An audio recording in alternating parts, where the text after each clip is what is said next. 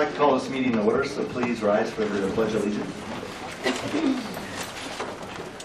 I pledge allegiance to the flag of the United States of America and to the republic for which it stands, one nation, under God, indivisible, with liberty and justice for all. Debbie, please call the roll. Mr. Haggard? Here. Mr. Rucker? Here. Dr. Colgan? Here. Mr. Stevens? Here. Mrs. Dancer? Here. Mrs. Chrisman? Here. Mrs. Hodges? Here. All right, I think we'll start off with Ms. Janet Veit and Sue Wagner, and I think Lori's got something for you.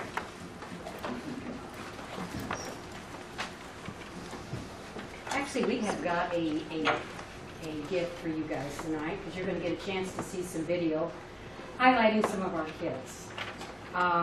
We just had an amazing event. Janet and I have been in a week in Ames, Iowa, and there's something else besides corn there, folks. But anyway, we had over a couple thousand people that were there internationally. 40-some of our states were represented. Had probably, 11 countries? 10 to 11 other countries. And our kids beat out the Aussies. And I mean, they were pretty excited about that. So anyway, I'm going to let Janet kind of spearhead this, but you know, what's really great about this, folks, is this is what we're all about. And we were tickled to death to take 4 of some of our best. 2 of them were valedictorians this year at Central High School. And the other one came in 4th place, and if you all remember, there were 3 valedictorians at Central this year. So we took in some really, top talent, and they really showed their stuff. So I turn it over to Janet. Ms. Wagner's going to pass out a brochure about future problem solving. It started 40 years ago by Dr. E. Paul Torrance of the Torrance Center for Creativity in Georgia. And our students actually were 4-time state champions, and they represented the state of Missouri at the international contest. Their topic was space exploration. And so I put a copy, the paper there is the future scene that they had to work with. And a tribute to our students, I have with us Elsa Kuntz, but the other 3 said, we can't make the board meeting. We are going to be in South Dakota on a mission trip. So they wanted to videotape, and so they videotaped a little program for you. So here is the stage. I was lucky enough to actually get to watch them receive their 1st place award. And you can see up there, Missouri #1, and followed by Australia, Georgia, Connecticut. Is it possible that we turn the center lights off so we can see a little better? Thank you, that's good. Is that it requires thinking in a number of different ways. I think too often as people, our brains can just decide we're going to go down one path. But where you can find the best ideas and the best solutions is when you can think along all the different paths that there are and all the different little areas of learning. And then you can take all of those and roll them together into one. I probably turned it down. One of the things I love is that the whole program highlights the ingenuity and all the creativity that comes from these different paths. And so often we're focused on just the outcome. And one of the great things that FBS does is it celebrates all of the different ways it took to get there. I don't know how much you know about the program, but in 2 hours we have to write 16 solutions, 16 challenges, an underlying problem, a criteria grid, and then an action plan describing what we're doing. And the action plan are like how we're going to achieve our solution is only a small part, but one of the biggest parts is identifying the underlying problem. And so it's just the pathway to get there and not necessarily the outcome itself. And as also saying, before we can get to that pathway, my favorite part is that we have to research, and we research so many different areas that we never would have come in contact before. This year was space exploration, and I can say that prior to researching about it for the international competition, I wasn't really that familiar with what we were doing in space and how much further we had gotten in space exploration. And I really think it helped people think outside of the box and explore new areas that they aren't familiar with. After we write for 2 hours, then we get an additional 2 hours to kind of prepare a presentation on our action plan that we just got done writing. And in this 2 hours, we use various items and come up with fun songs and dialect that can contribute to presenting our action plan in an interesting way. Yeah, one of the really cool things about the action plan is the aspect of the creativity that's involved. It's like a commercial, and so we really have to market our product. And we have to work together really well. One of the great things about the four of us together as a team, that we really learned how to listen to each other instead of argue and saying what's right, what's wrong. We really learned how to collaborate that way, and I love that about the presentation portion of the program. I think the presentation portion could maybe be the most important for just the way the world works right now. Yeah. This is really a marketing exercise. So we've come up with a solution, and now we have to sell it. Which, how many different times do you have to present yourself in the same way? You are who you are, and everything you've done before that, just like we have the process. But then you have to be able to present yourself to make it seem like you were the best person for the job, or in our case, our solution is the best thing to fix the problem. Yeah. So to accomplish that, we have to use a whole bunch of household items, and then we fashion them into this 4-minute performance. Yeah, and we use stuff from like duct tape to aluminum foil to paper towels, and we come up with our own lyrics to the songs, and it's really neat. Yeah, and so in this sense, we competed against 61 other teams that were doing the exact same thing, trying to come up with something creative, and 12 of those made it to finals, and then our interesting collaboration ended up getting us first place, so that was exciting. Yeah, and one of the really cool things is that this is an international conference, so all of these people are very well adept in knowing the process and what comes next, so it was really cool that we won.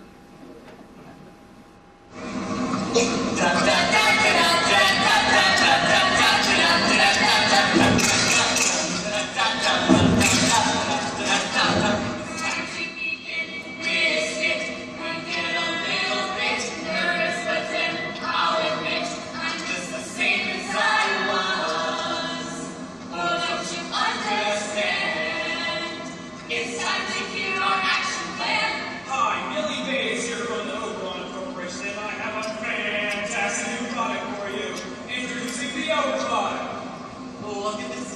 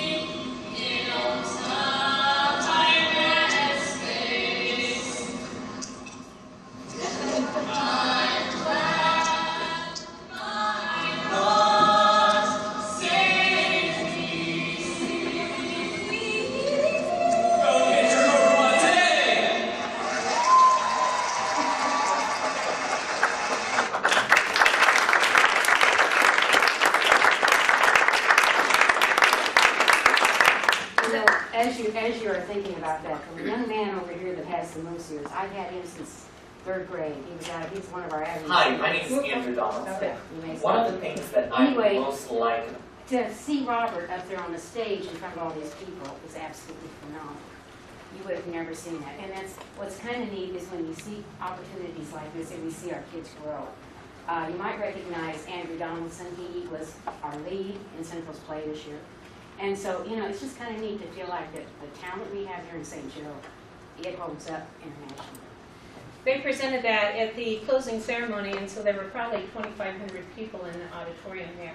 And when they went to click, they had to use different things as props. The magnifying glass was a prop, the Eric Horn was a prop, and then they had to say, we are unique. What was it, Elsa? We are unique in all time and space. In all time and space. And so they did that so they made sure that they knew that they'd done that. And if you notice, only Robert was the only one that spoke. Everybody else sang everything. So very proud of him. What would be a spillover effect in education? A spillover effect into regular education. Well, the kids really learn how to look at a situation, analyze it. And so when you saw the future scene there, we had no idea it was going to be on the moon of Uranus. And so they had to figure out everything that we looked at how space travel impacted humans. They looked at mining and they looked at space law. We had, I don't know, Elsa, how many articles did you read in preparation? A lot. I don't know how many. We've been working on it since they found out they were state champions in April. So about 6 weeks of research. So, Elsa, you want to come up? Gina, I have a certificate for you.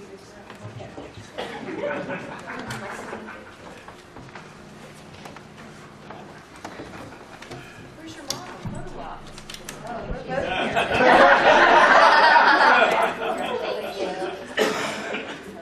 I'm very envious that you can get up in front of 25 people and do all of that. So Thank you.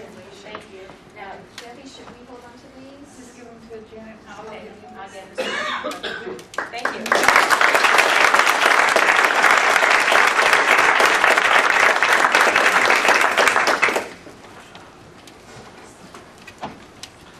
Thank you. Debbie, is there any audience participation? Yes, we have a few people who would like to address the board tonight. Hayden Pierce would like to address the board. Sorry if I mispronounced your name. Gaston, okay.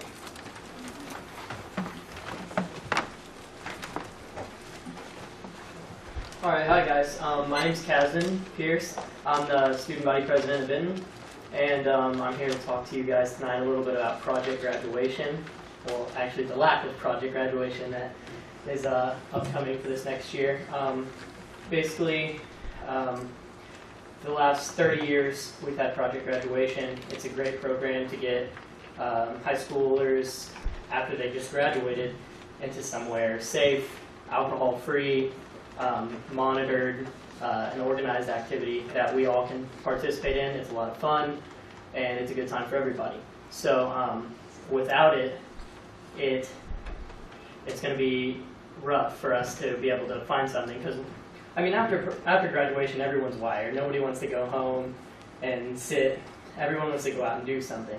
And so to have an organized place where everyone can get together, have a lot of fun with friends, that's 3 graduating senior classes, to get organized and get together and just have a good time that night rather than going out and getting in any sorts of trouble or anything.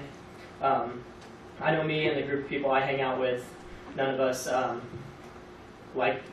we don't go to the party scene. That's not our thing. So project graduation is a great outlet for us to be able to go somewhere where we have a lot of fun and feel safe and have a good time and a good night after graduation. So we just wanted to bring that to your attention for next year, because we don't want to be the guinea pig class where that doesn't happen and it can turn out bad. I'm sure some of you have kids that have went to project graduation. It's just a great program, and I would like to have it my senior year, and I know some of my friends here would, and it's just something that is really treasured, and it's a great opportunity for us to have. our senior year, and I wouldn't like to miss it. So thank you guys.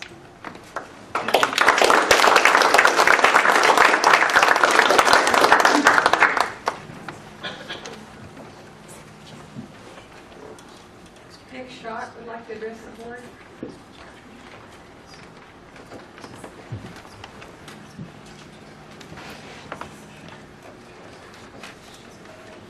I have my own timer.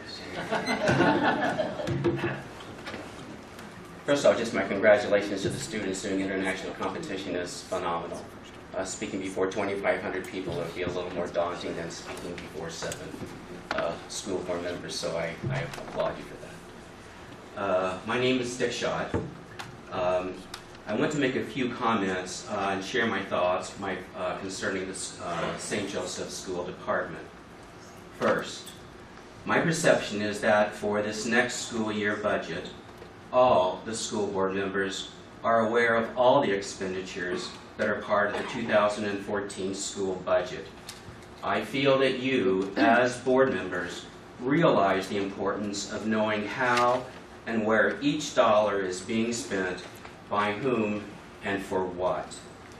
I feel comfortable that this year's budget does not contain those dreaded surprise expenditures that may not be known by all board members. I feel that any further discussion of issues that have been brought forth over the last year that has consumed so much of the school board and administrative time should be put on hold. Views have been expressed and opinions stated, but I feel that the board should move on with the business of running the school department while assuring the voters of St. Joe that you as the school board will take the results of the investigations by the FBI and the state audit and act on those findings and recommendations. Second, recently a board member remarked in an interview that the newspaper that if the levy for the 2015-16 school year is problematic, the district has in reserve funds that can help us through the next upcoming school year, and that voters truly may not be willing to pass a levy with large reserves on hand. This may very well be one of the reasons for failure of the levy. I, as a voter, have a different perspective of school levies. There are 2 times that the citizens of St. Joe can have a direct impact on the running of the school department. One is voting for members of the school board. The other is voting on the levy. My vote on the levy will not be based on the amount of reserves in an account. It will be based on my perception that the members of the school board, with all the information available to them over the coming months, will make decisions that will move this district forward with the needs of students and positive public support as indicators of an outstanding school system. With my remaining time, I would like to direct my comments to the 2 new school board members. With new membership comes new ideas. Recently, there was an article in the newspaper regarding the number of student discipline occurrences in the school year, and the number has gone down. I would like you two to take a new look at disciplinary issues by first gathering data that includes. Bear with me, the list does end. Data that would include, are there multiple occurrences with one student? How early did this start in the student's career? How does discipline issue relate to poor attendance and poor performance? How early and how often were parents brought into the discussion?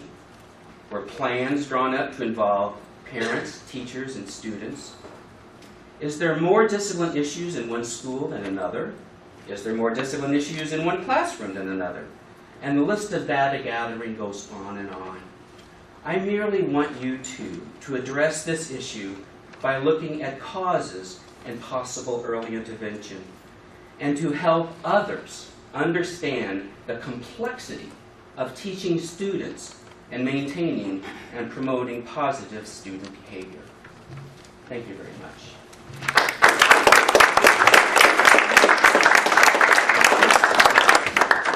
send us that list? Excuse me? Could you send us that list? That list of data? Sure. I can give you my email and I can see it. Madam Rocket, would like to address the board?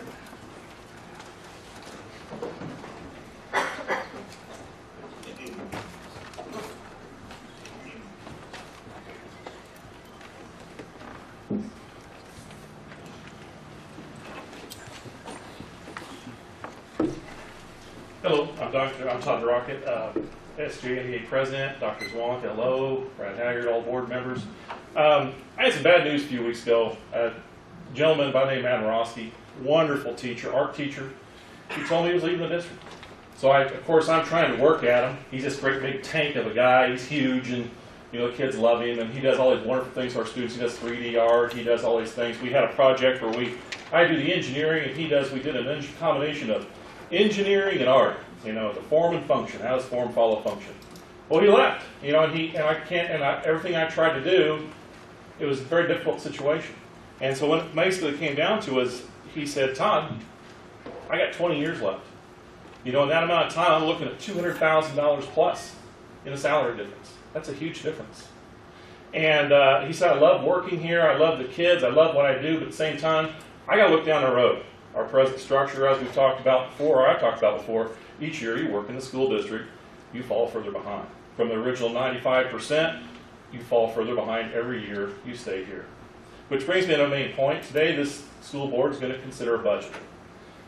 The budget has increased personnel costs. It has increased the numbers of personnel, and it has also added technical directors.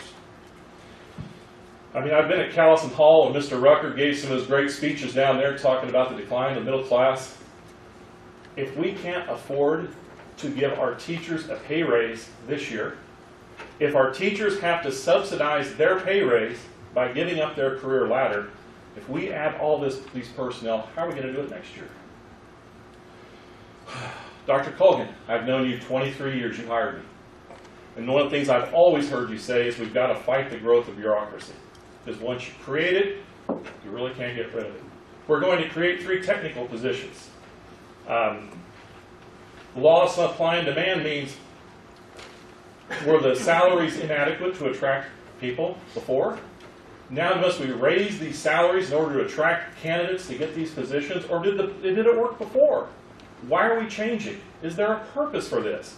And I really hope the board strongly considers these positions, because as Dr. Colgan always told me, once you create something, you have to feed it and fund it. We're going to look at a bond or levy continuance. As far as I've heard, we're not going to try for an increase. If we can't afford to give teachers a good pay raise this year, how can we do it by adding all the personnel that we're talking about adding? It's going to add enormous costs to our school district. If you're in business, we're going to deficit spend this year. We're going to go in the red. In business, there's basically 2 ways you handle that. You cut costs or raise revenues. We can't raise our revenues. We're set. We're not even sure if I'm hoping, you know, Lord willing, we'll get this levy to pass, I hope. We've got a long road ahead of us.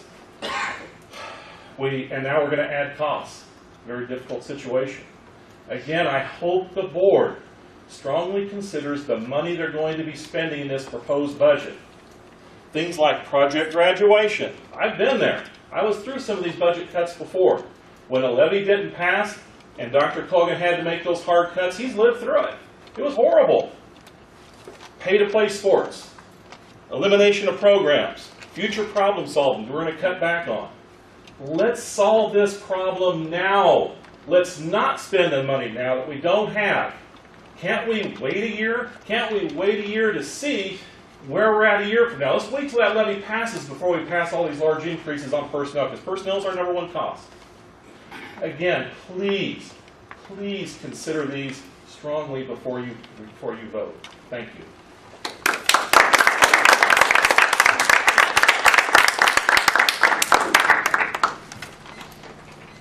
Betsy Bing.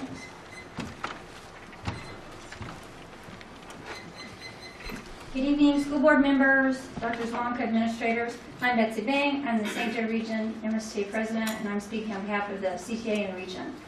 As many of you have seen on national news as well as in our local paper, teacher tenure laws have been under attack. These attacks are becoming more vicious, and as we've seen, they're backed by billionaires with nothing to lose. We have also seen national organizations unable to stop these attacks. One by one, state laws are being challenged and changed. MSTA is working hard to educate and maintain our current laws. Missouri is focused on local controls, which allows individual school districts the opportunity to choose what is right for the students in each district. MSTA continues to support local control.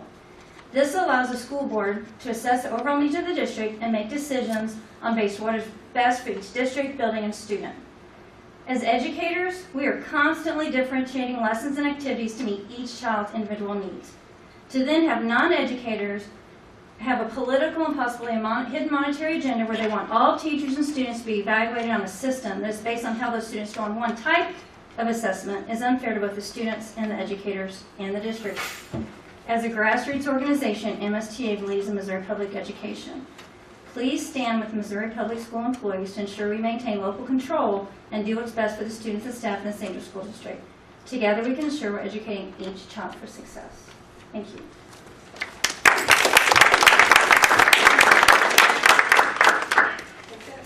Thank you. I have a motion to approve the agenda. So moved. So moved. Is there a second? Second. Any discussion? Debbie, please call the roll. Mr. Hager? Yes. Mrs. Danford? Yes. Dr. Cogan? Yes. Mr. Sneeden? Yes. Mrs. Hodges? Yes. Mrs. Bruceman? Yes. Mr. Rucker? Yes. Okay, is there any items from the consent agenda that anyone would like to pull at this time? I have 2 items that I'd like to pull. I'd like to pull 5.5 free reduced lunch and 5.2 technical director schedule. Okay, we'll pull those 2 items. Any other items? All right, can I have a motion to approve 5.1, 5.3, 5.4? So moved. Second. Is there any discussion? Debbie, please call the roll. Mrs. Bruceman? Yes. Mr. Sneeden? Yes. Mrs. Danford? Yes. Mr. Rucker? Yes. Mrs. Hodges? Yes. Dr. Cogan? Yes. Mr. Hager? Yes. Okay, 5.2. 5.2, I just have, I don't know that I have a question, I guess I have a statement with that. I'm looking at this new technical director salary schedule, and that we have some additions that are on our agenda tonight. When I first saw the list of technical director salary schedule, there were 10 names on it. 5 of those names are names that came on the list last year as part of those promotions that we discovered later in the year. The original 5, and I don't know if they're the original 5 or not, are positions that are held outside of teaching positions. They are positions that are in our technology department and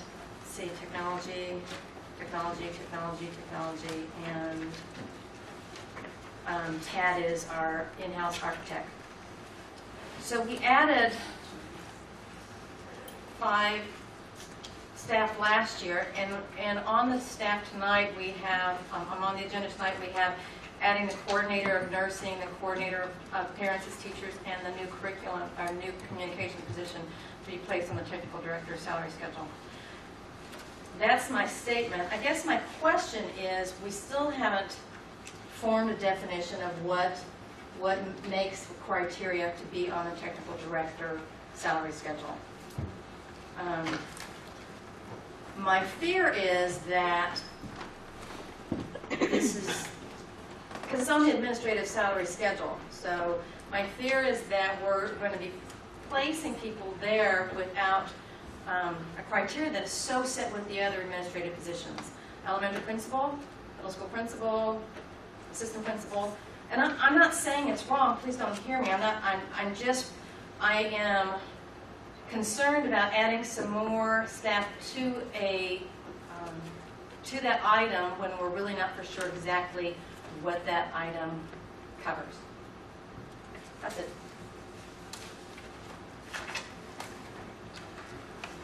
Dr. Zawonka, you want to address that? Yes, and I've asked Mr. Flowers, we actually worked on this after the committee meeting last week. The board asked for us to give a definition for that, and I asked Mr. Flowers to run and grab that, but I can read that to you. This is what we worked on. Technical director, and it really involves two different employees, classifications of certified or non-certified. For certified, it's staff members who supervise a department or program. They do not perform teaching duties. However, they are certified as teachers. They are not coded as a teacher in core data. And they perform duties or responsibilities above and beyond the normal teacher salary schedule, but not otherwise considered a principal, assistant principal, or administrative intern. And then for non-certified employees, they perform duties or responsibilities above and beyond the normal salary schedule for that department, but otherwise would not be considered a principal, assistant principal, or administrative intern. And as I said, Mr. Flowers is going to get that. I just want to clarify, we're not adding positions, we're not adding people. When we have to, I want to say in 2010, I believe it was, or 11, when we had to change how we report employees to core data. When they're certified as a teacher, if they're not in a teaching role, they go into a different code when they're reported to the State Department. So in that, we have to report them in a certain manner. That column is on the administrative salary schedule. They're not considered administrators. I think at the committee meeting we talked about we could even pull that column off and create another separate salary schedule if the board so chose. We were trying to combine salary schedules because we have so many for so many job functions. But that was something that we had discussed at the committee meeting, I think it was last Monday. But again, we're not adding people. It's the same people that we've always had. It's just putting them accordingly to their job function. That definition really does help because we didn't have one before then, and it's really a mismatched group of people that do a variety of different things in our school district. So in order for me to have clarification for it, that's why I went for it. So. And you're right, we're not adding any positions, and if I implied that, I'm sorry. We're just moving people. And again, I don't have my concern isn't. I think we should compensate people for what they do. My concern is that as a school board member, looking at a budget and looking at the salary schedule, since that is 80% of our budget tonight, is understanding how do people, what the criteria is to be assigned to the technical director. So thank you, Dr. Swamka. I'm good.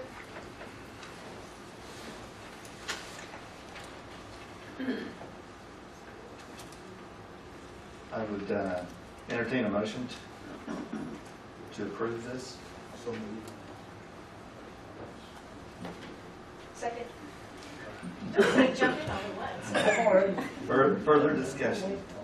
Any further questions? All right, Debbie, please call the roll. Mr. Haggard? Yes. Mr. Rucker? Yes. Dr. Colgan? Abstain. Mr. The only reason, now, explanation, the only reason I'm abstaining, I don't think I really have to, Steve, but since I have a relative that would fall on that category, I just assume abstain from the vote. Mr. Sneeden? Yes. Mrs. Danford? Yes. Mrs. Brisbane? Yes. Mrs. Hodges? Yes. Thank you. Free reduced lunch. Okay, I just have one question on this too. On the form, and I would have asked this in committee, but I don't think we discussed this in committee. There is a place where there's some verification. Who does the verification of that, and what is the verification?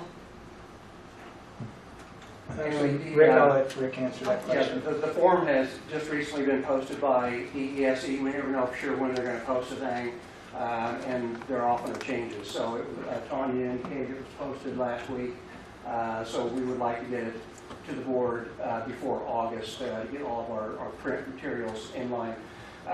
What happens is the family fills out the form, and then there are W-2s and work-related tax information that they have to provide to us that shows what the family household is, the income by person, etc.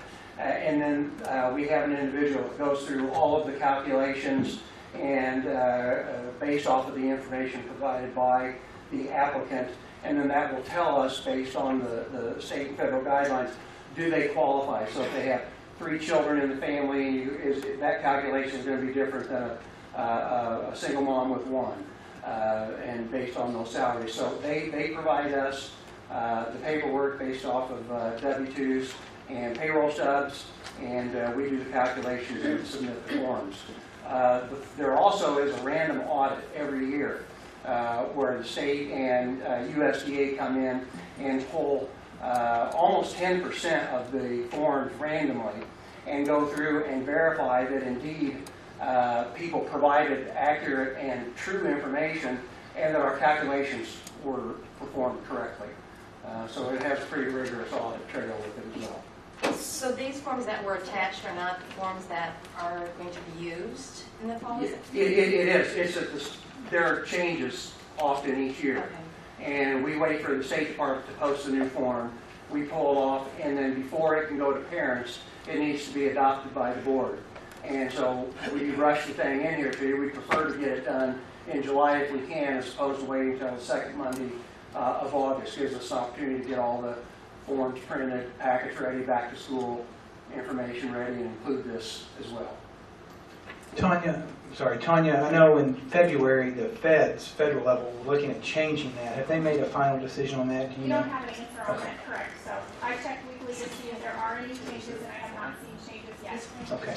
And what that would do is it would allow the district to identify the students who would be free and reduced lunch, and even fill out the paperwork for them. Currently, we have to rely upon the parents or guardian to do that. So that changed. I know in January, February, the federal government actually tried this in a trial version about 4 or 5 different school districts or states across the country, and I know it's coming because it went very well. So I didn't know if they had made that final approval.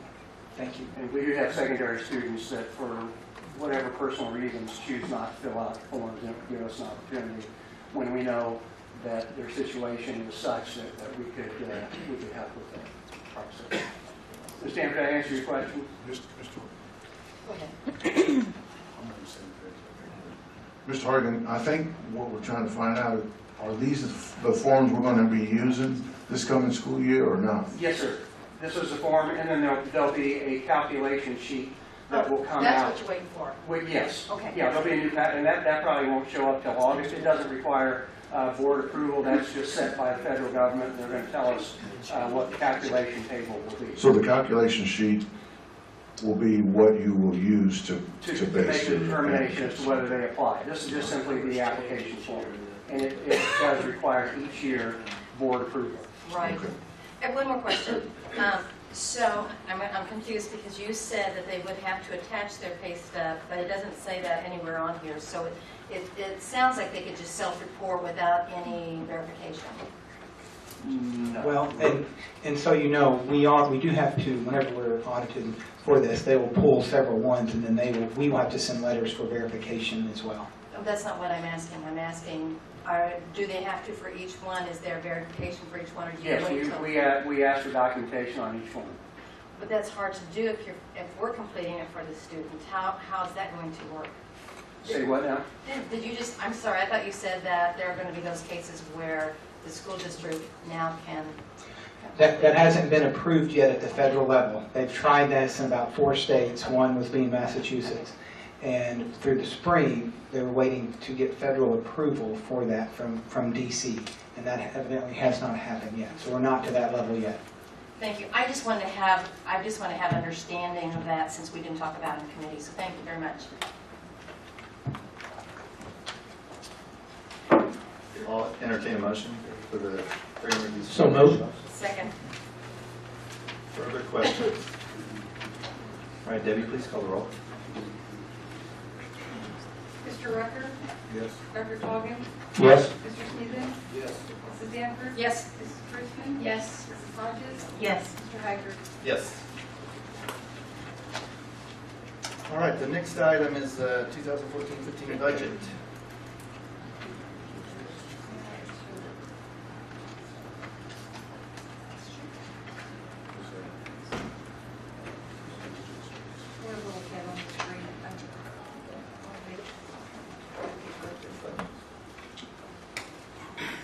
Kim, we got ahead of us. I believe it's the 13-14 budget adjustments. What are your changes up on? Sorry. Yeah, I think you got the wrong one. Sorry. It jumped down. Yeah. Okay, we'll do the budget adjustments. 13-14 budget adjustments.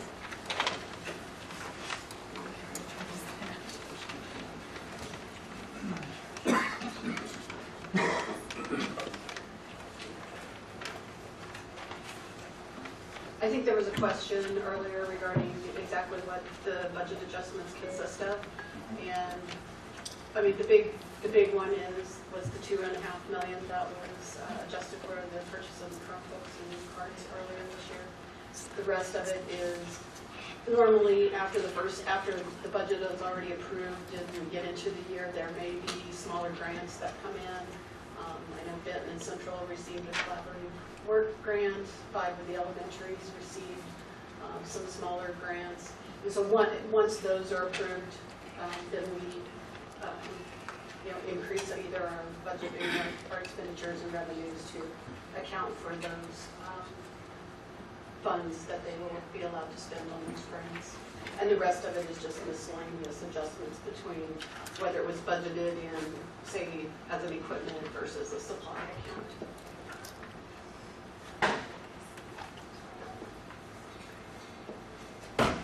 5 elementaries were $37,500, and Benton and Central's were $10,000 apiece.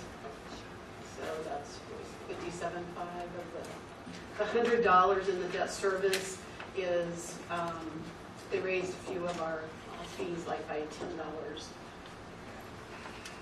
each payment, and we have to adjust the $100 in the debt service to make those payments so that we're not exceeding the budget with our expenditures. Typically, do we have adjustments throughout the year? typically you would have. And we just haven't had any of those adjustments this year. So Except for the $2.5 million. Okay.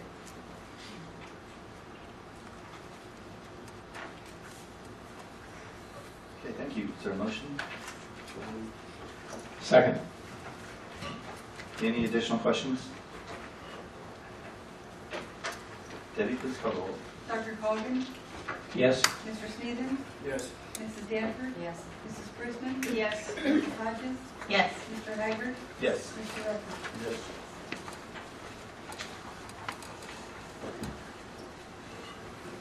Now for the 14-15 budget.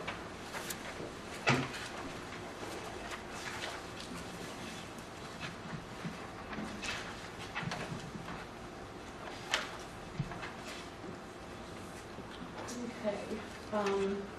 For our foundation formula revenue, the state adequacy target has remained the same at $6,131. Our dollar value modifier increased up to 1.035.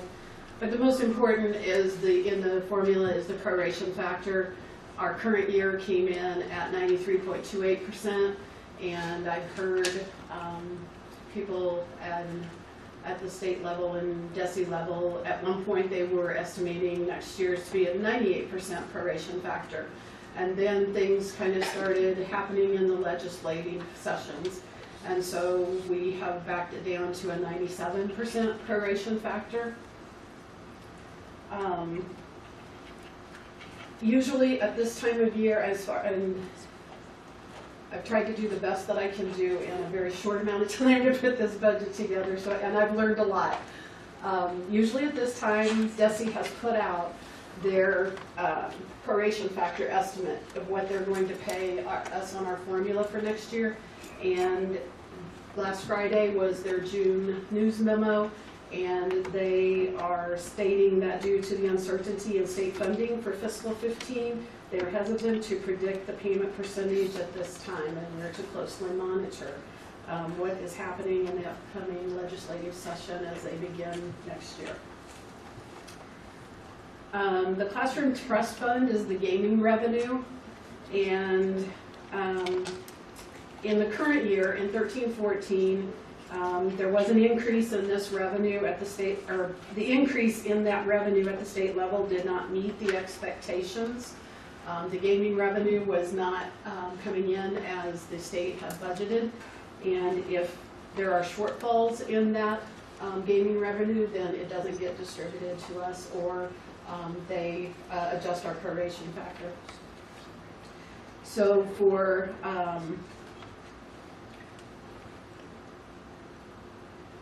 the 15 budget year, we're using an estimated $401 per student.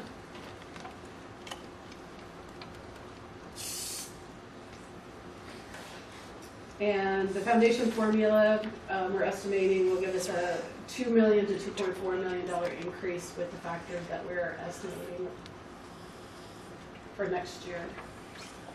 And I just noticed that was the wrong fiscal year. Property tax revenue, assessed valuation numbers are very preliminary, and so we won't get our final assessed valuation numbers until late July, real late July, 1st of August, before we set our tax levy. Our collection rate is currently running about 93.9%. So the assumptions that are used in the upcoming next year's budget is that there's going to be a decrease in new construction, and our assessed valuation will be down. The Prop C sales tax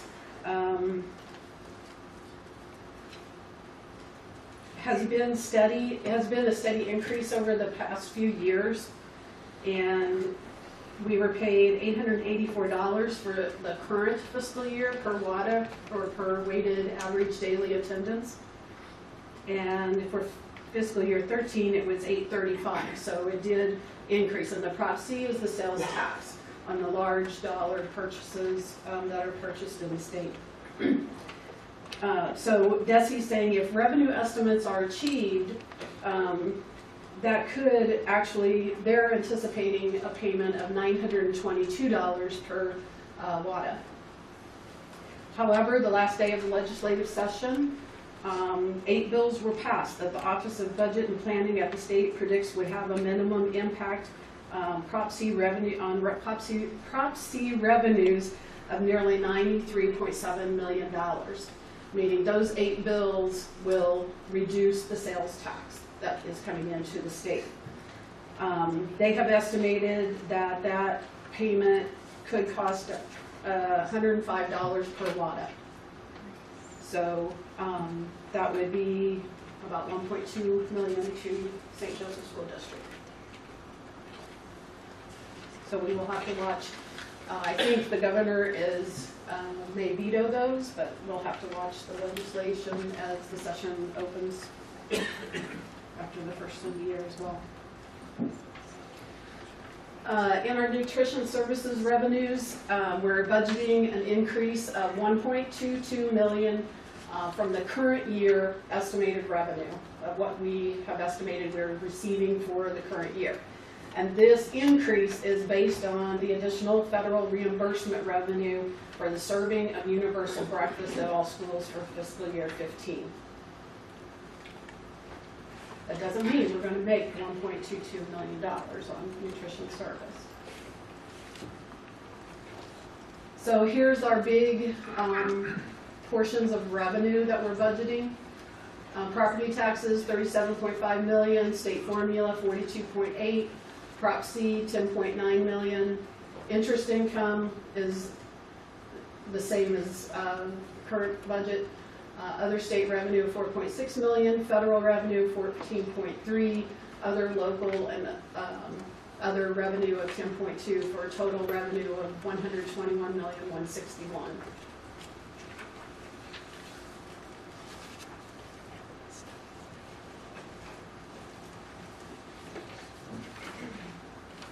Mr. Chairman, I'm wondering if Tim would like questions regarding revenue now or wait until you've done revenue and expenditures before. I can do either way.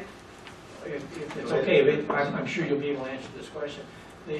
Regarding TIFs and enterprise zones, I know we have a great deal of our commercial properties in that area, and of course we obviously need to do that in order to generate jobs here in St. Joseph, but we've, in the past, we've made absolutely certain that either the city, the county, someone, and it might even be the chamber, and Steve is here, he may even be able to help answer that question, but we want to be sure that as projects go through their cycle, the 10, 12, 14, 15, 20-year cycle, that they are coming back on the tax rolls as new construction. And I just want to be sure that we have something in place, that we're paying attention to that, and that clearly those abated properties are being moved back on the rolls, because it relates very directly to our assessed value. And I'll answer that. Dr. Long and I both sat on an economic development committee with the city and the county, and we do pay close attention to those and the structure when those do come back on the assessment rolls, as well as upcoming projects that could be bringing businesses to St. Joe. All right, well, there was a time that each entity assumed the other was paying attention to that, and now as our assessed value, what are we anticipating? And I know you said you won't really know until July, but are you getting any indications at all that of what that figure might be? Are we hitting that $1 billion again? I have not. The first time that I asked the county for it, when I compared to when we had asked for it last year, the number of parcels that had been input onto the tax rolls, it still appeared like that there were many more parcels that needed to be added to the tax rolls. So that is a portion of that's right now in the budget, it's that we're going to decrease in property taxes about $400,000. So we will need to look at that once the assessed valuations come in.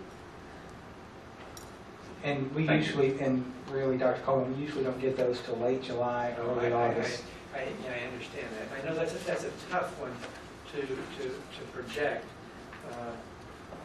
Yeah, I don't feel like in my 3 months experience, I really have enough experience to project that. But I'm wanting to be a little optimistic, because I've read in the newspaper and from different sources that property values have increased rather than decreased, and I'm assuming that we have not had a great deal of properties taken off the property rolls, which would tell me that we should be seeing some increases rather than a continued decrease in assessed value here. We always fight the battle of personal property, cars, boats, RVs, trailers that go down, they depreciate value against new construction that comes on to the assessment rolls, and real estate, real property that increases. So again, we're held at hostage by the assessor, and just working with them. They have a tough job to do, but it may be in July, 1st of August, as we're approaching setting that tax rate at the end of August before we actually get all that information.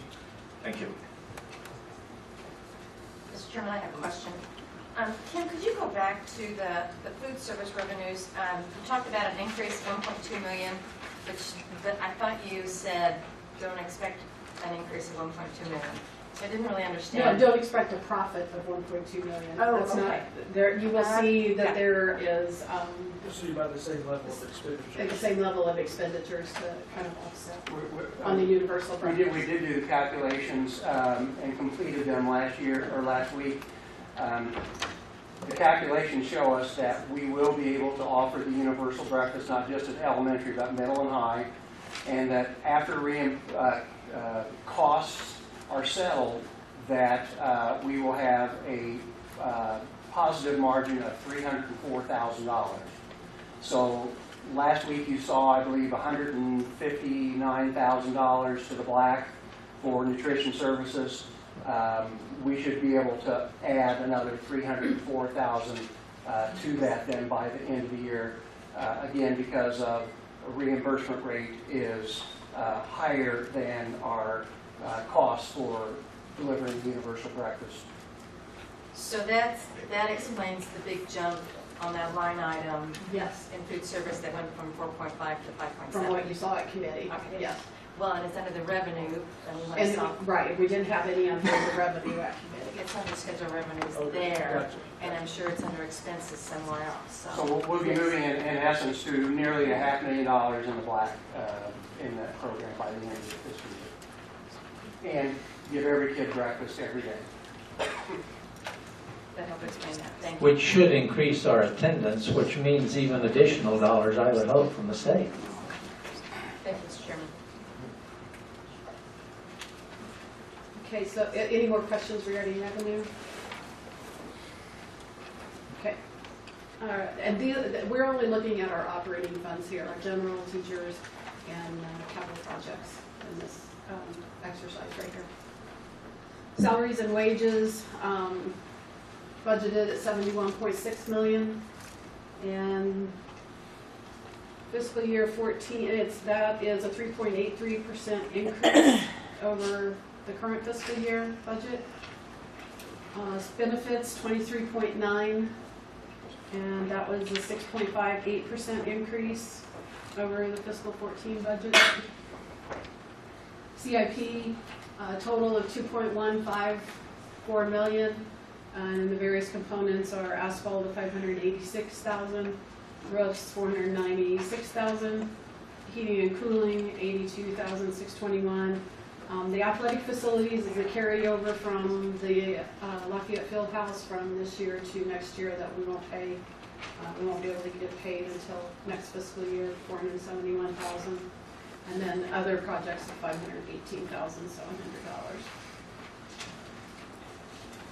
Excuse me, Kim. Yeah. Rick, can you give us an idea of what some of those projects are under the other? And they're all listed on this. They're all listed on that CIP schedule. The big four, under the big four.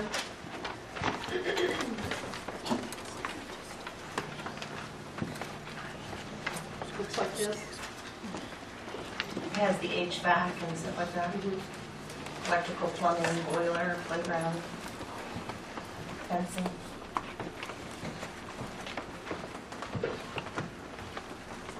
Yeah, the items that are under $15,000, we do not anticipate any type of bid requirement. We do all the bid work first because we need to get that to the board, get it approved so we can get summer started. These other projects, again, we don't anticipate that they have a high cost, and of course $100,000 of that is contingency, broken water lines, sewer lines, and we park that money just to keep 100-year-old buildings afloat. But you can see kind of a smattering of those, replace expansion joints, steam lines, et cetera, and just a number of smaller projects. The building improvement projects, we parked $100,000 for those. We never know what to expect each year. Generally, about July or August, we'll know whether or not there are any changes in program delivery at buildings. So let's say that 2 special ed programs move to skate for whatever particular reason. We may need to go in and make an alteration to instructional space. So we're going to go in and take a room this size, and we're going to divide it into 3 sections, and we need to provide some cooling to this section and carpet, and so it's money that we set aside for alteration of instructional space only. It doesn't mean we're going to go in and do an office or whatever. It's strictly set aside for changes to instructional space as programs move from one building to another, and there may be a requirement. I have a question. You have Hyde, you're replacing 2 electrical panels. Is that just an upgrade, or are we upgrading systems? No, that's existing panels that are overburdened and outdated, and so we're going to replace those panels with new panels. Okay, so we're not adding service? No. Okay. And we did bring in electrical engineers last year, and the way that, quite honestly, there hasn't been good documentation of the electrical systems when these buildings are 100 years old, and there was no documentation. And our staff went in last year. They felt there were some issues at Hyde with worn wires, etc. And we went in and brought in the electrical engineers, and indeed, we need to rewire the building because I don't believe it was properly documented and done correctly, and we can't afford to have any problems in a school. So we found it to be a necessity. So we are rewiring? Absolutely. New panels.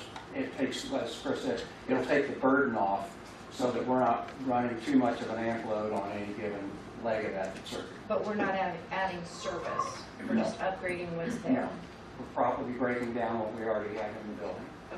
I've been told the computers don't work on the 3rd floor up there at Hyde. They throw breakers all the time. And that building was built during the Depression. I know that. Yeah, it was one of the lowest scoring during the PAC process.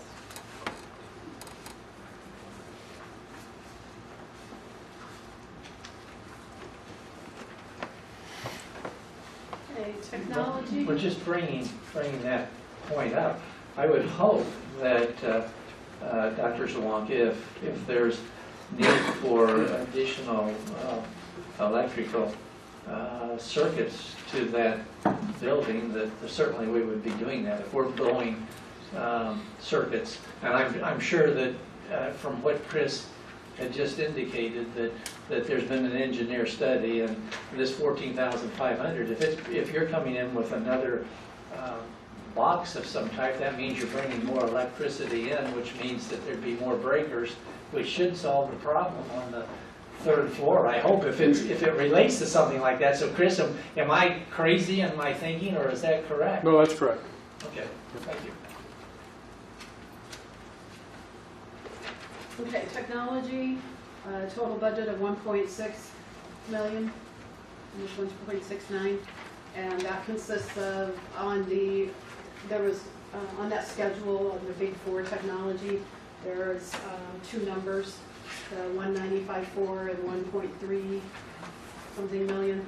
So the 1.3 is broken down on the first part to supplies and purchase services of 202,000, internet access 107,920, software licenses 843,330, and repairs and maintenance of 225,000.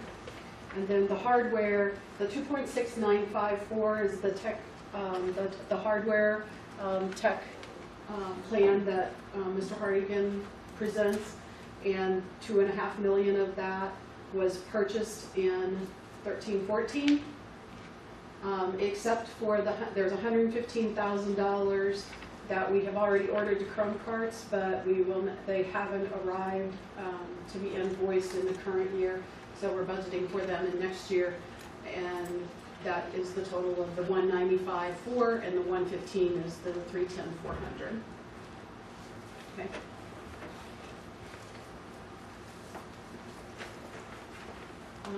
Textbooks. We have textbooks on there's a textbook schedule in the Big 4 for curriculum. So the total budget is 1.85, and that consists of the curriculum adoption textbooks of 1.710 and consumables of 140,000. How close are we going to textbooks that are online? What's the cost difference between ordering physical books and those that are online? Well, I would tell you that the cost difference, the cost savings is not much. because the textbook companies are very smart in the fees, the license to use them on an annual basis. So the savings you see is in classroom space and so forth when you're able to go to online textbooks or on-device textbooks. But as far as the cost savings, it's not very much, if at all, because textbook companies, they're very smart in making their profit. So what schools are getting these textbooks? I saw that was for English language arts. Mr. Schindorf, you back there, or Dr. Dial? I know they've been working on that. Do you want to? It's the ELA resources for all schools. Every school gets new textbooks. So, wow. Thank you. Well, we wrote the curriculum last year and we didn't order textbooks, right? Is that Correct. Because of Common Core and the adoption of that, we rewrote ELA, but we weren't in the cycle to make the purchase, so the money just simply wasn't there. So in bumping science out a little bit that we needed to do for the updated standards, we were able to, we didn't add any money, we're just simply spending the money that would have been there for science, so we're now able to update the ELA resources, which we desperately needed when we rewrote the curriculum, just didn't have the money. Thank you. Very helpful.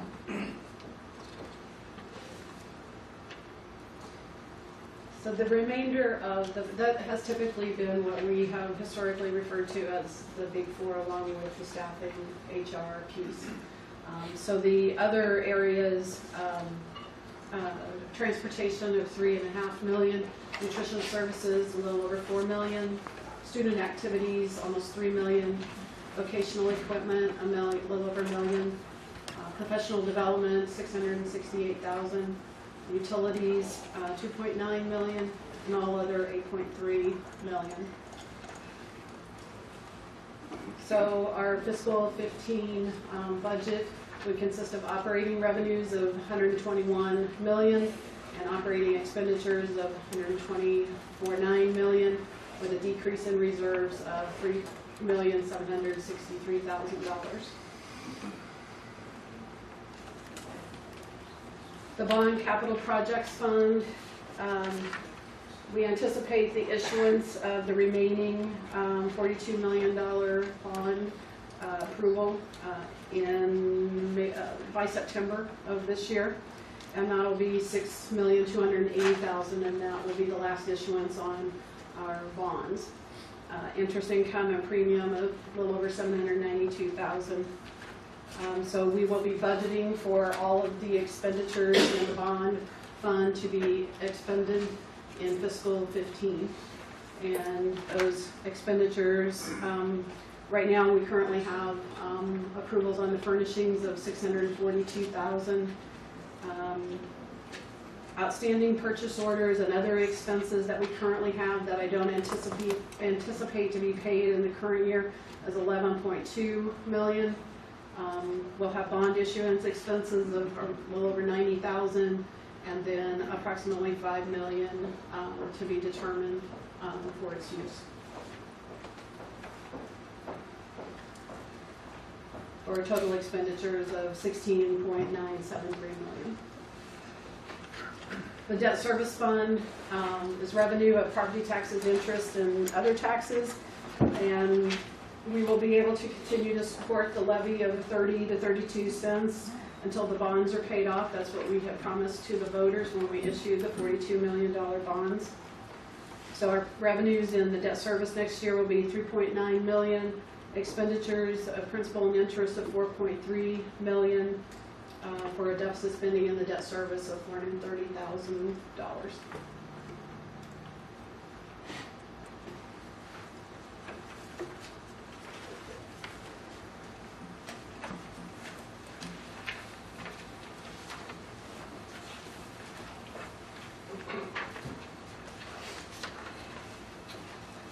Are there additional questions for Tim?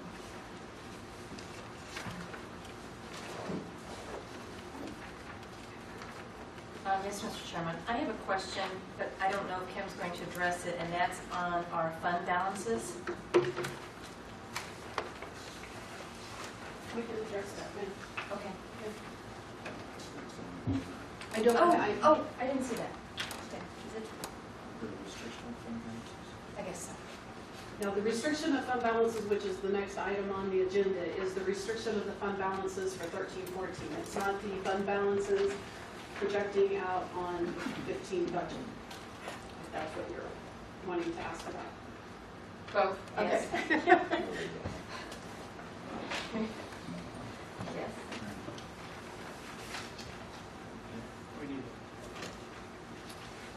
I'll entertain a motion. I'll second that. What's the motion? To approve the budget? There's first and second. Questions?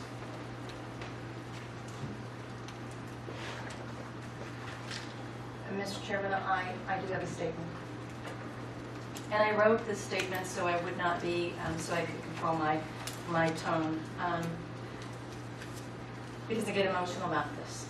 So as an elected representative of this community, I have raised concerns to a number of expenditures in the past months.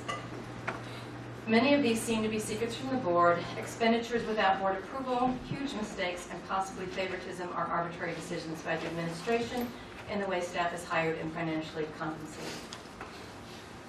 The revelations of the past 2 months indicate abuse of power. These actions have been met by indignation towards anyone questioning or challenging decisions that have been made. The grievance filed against me appears to be retaliatory for my sharing of these secrets in a public board meeting on March 24th. Just days after that meeting, Mr. Muster was placed on paid administrative leave, and the grievance was filed against me. I have questioned the integrity of this administration. I certainly have doubts about the integrity of some portions of this budget. I don't even know the whole budget.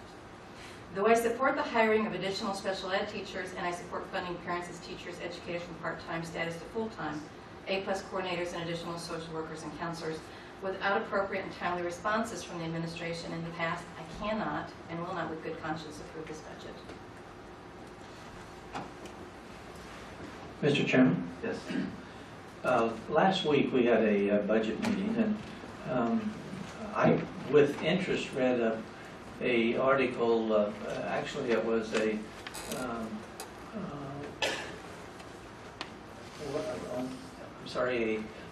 editorial. Yes, and there were a number of questions asked in that editorial, and I think every board member sitting here now. Dennis was not at that meeting, but I think when you read that article, you probably thought, gee, those were all the questions that Dan asked, because frankly they were. And they related to staffing and those kinds of things. And I appreciated very much the information that was shared by the administration at that time. And frankly, those are the kinds of questions that we need answered. And I'm hoping, Dr. Zawonka, because I think this will really help in the future, because in order for us as a board to be able to feel real comfortable with the figures, and as was mentioned a while ago, 80% of our budget's staffing, that there was something, and you may know what this is, Doug. I've mentioned that before, organization report, and these are the monthly reports that show individual class sizes and those kinds of things for classes from special education to regular classrooms, and it really gives us an overall view of how our schools are being staffed, and it helps us as a board know that we're not treating one building much better than another building, which of course we wouldn't do and we're not doing, and I'm not even suggesting that, but it does give the board good information in terms of whether we have too many large classes in one particular building and not enough in another. And it also helps us know that really the right number of staffing positions are being added and or taken away each year. And I would encourage the administration, because I really think, Chris, it'll help all of us in understanding this budget better. I would encourage us in September or after the 7th day enrollment, once you really have a good handle on what the class sizes are and where the staffing is, that you share that with the board in a public meeting, because again, what it does, it verifies for the board the very budget item that you've put in place. The more we know about staffing, and the more we know where those people are, the more comfortable we can feel with being able to meet the end of year budget projection, and so that would be very helpful. And if you don't know the report I'm talking about, you might call Mark Hargens. He'd be aware of what that is, but I'm relatively certain that you all would know what that report is, and it's very simple to put together. Everything's computerized now, and you should be able to give that to the board, and we'd have a real good feeling in terms of how well we're being staffed in regular and special ed. And that's just a comment, but I would appreciate that very much.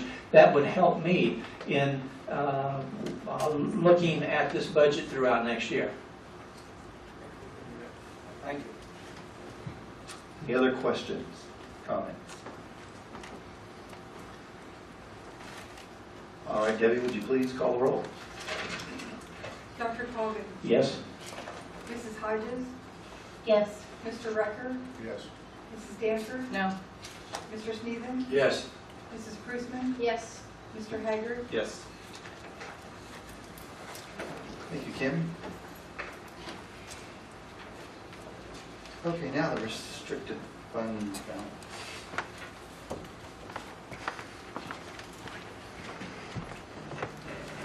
This is an estimated amount of projects that the board has to approve or take a resolution to restrict for the end of 13-14, what they anticipate the restricted operating funds to be, and that will consist of any outstanding purchase orders or commitments we already have, and you have already committed to the community project of the Science Center at Hollyworks. So these are estimates that we still have a week left to, a little over a week to close the end of the year. And so the actuals on the financials may come out depending on what we get paid. Mr. President, can I ask, do we know what these outstanding purchase orders are? Just a rough estimation?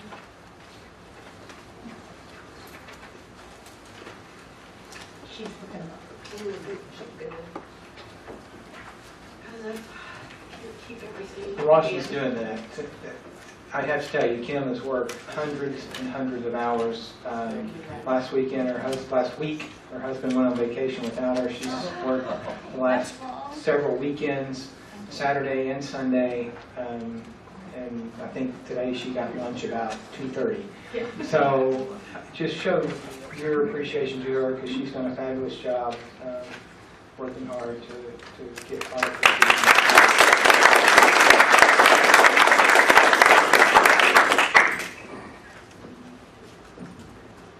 Enough time there, Kim?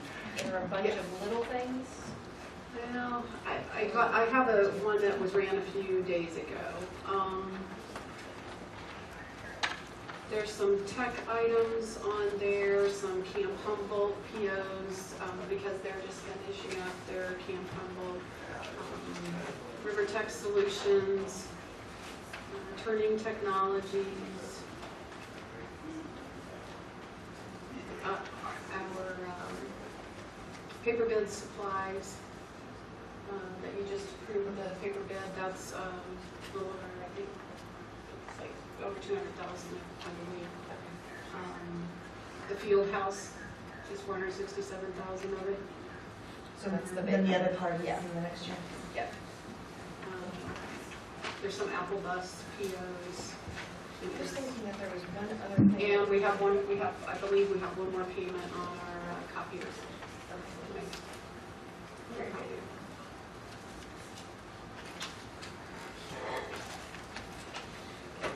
So, you want a motion? Please. I move we approve the restriction of fund balances as presented. Second. Is there questions?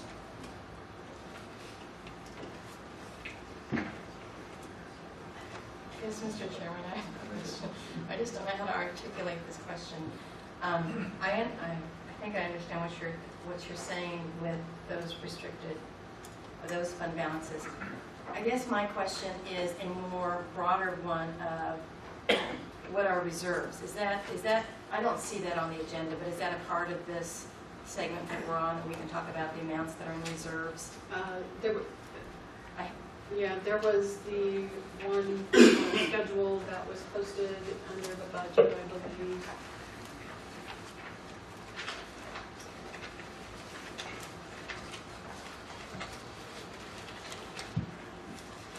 If we talked about that, I missed that.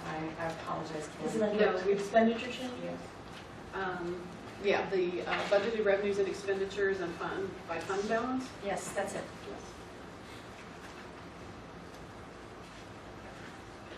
I get a lot of questions where people ask me about the reserves that we have in the school district. And, you know, it varies from, you have $47 million in reserve to $30 million to $16 million.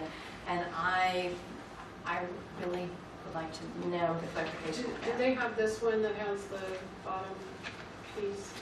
Is it attached to? I do. Is this? No. It's the one that's by fund. It separates all of our funds out. It has the general, our special revenue, our debt service, the bond, and the capital projects, and then it totals all of the bonds. It looks like this. That's Yeah, the it's, yeah. It's the same one. Was that in our That's the same packet, or schedule. was that what we got last week?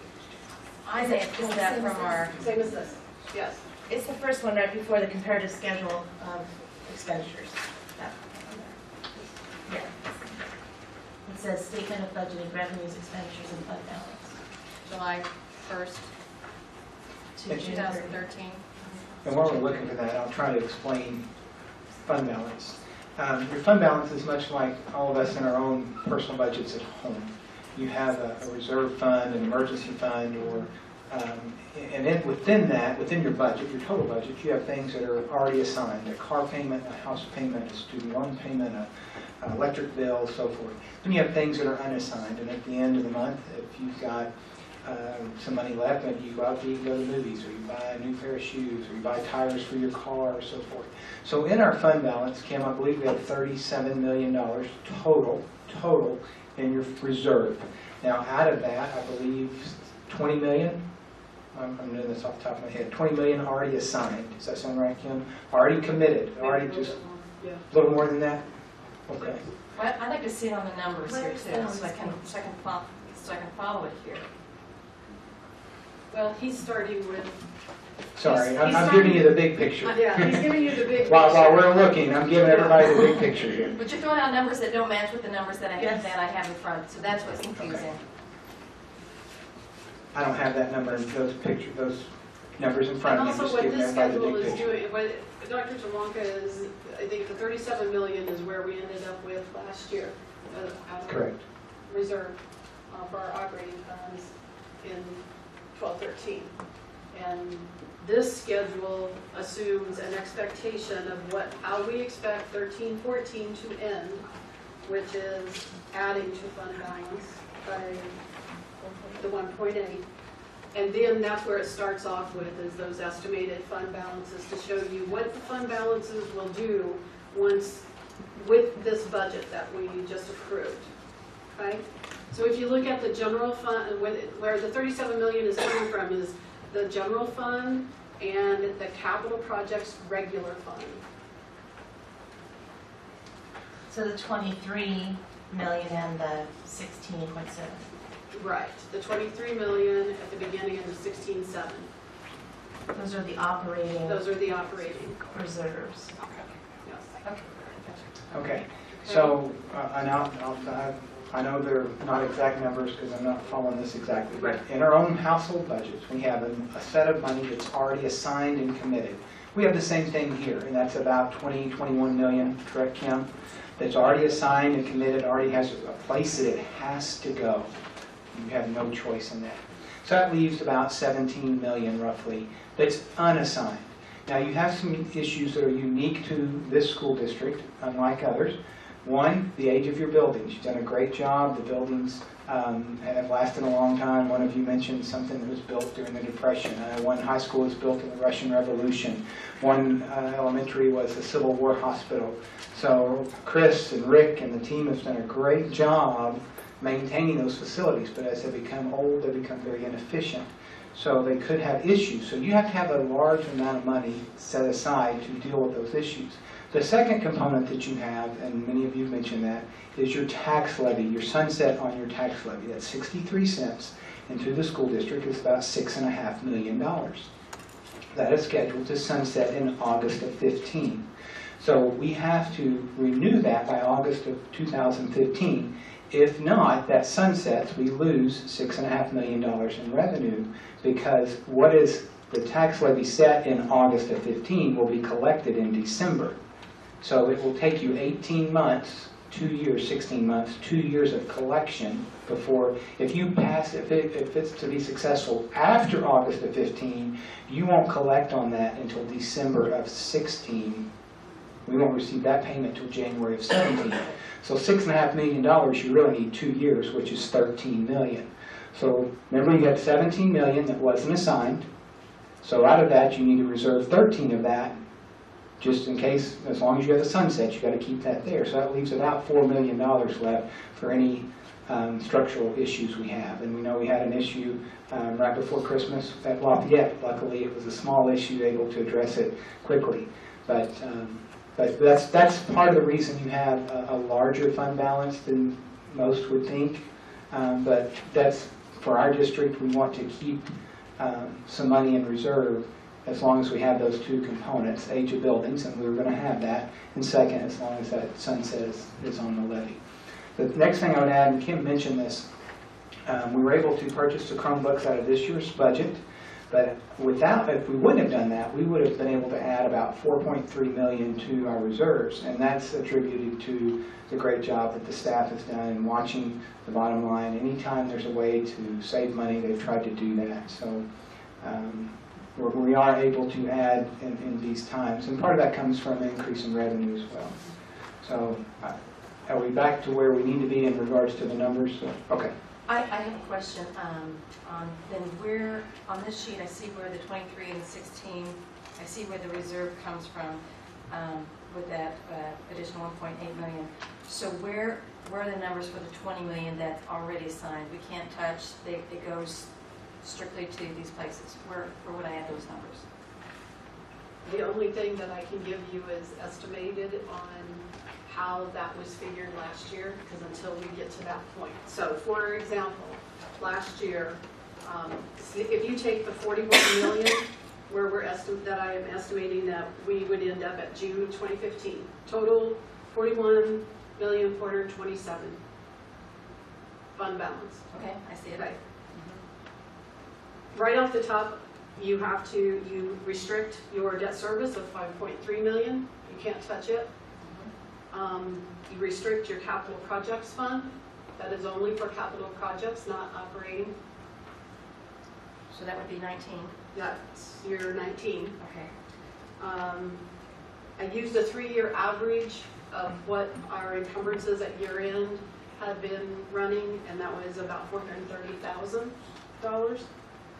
I used a 3-year average on activity funds that are, for the school, at the school levels, because you are assigning those, that they are for the activity funds, so you can't use those for operating. So that was a little over 1 million. We have a Blue Cross terminal liability, Blue Cross Blue Shield terminal liability that has to be figured due to our modified cost plus plan. And it was, at last year, it was 1.3, and I did not look at the cap on that. I think it could go a little bit higher. I can't remember what the cap is on that, but last year was calculated at 1.3 million. Estimating a nutrition services fund balance of 165,000, you have to assign that to nutrition services. So that leaves 12.1 on your 10% minimum fund balance and 2 million of unassigned fund balance. So that takes you down, once anticipating that the budget is deficit spending by 3.7, then it would take your unassigned, uncommitted, and unrestricted funds down to 14 million.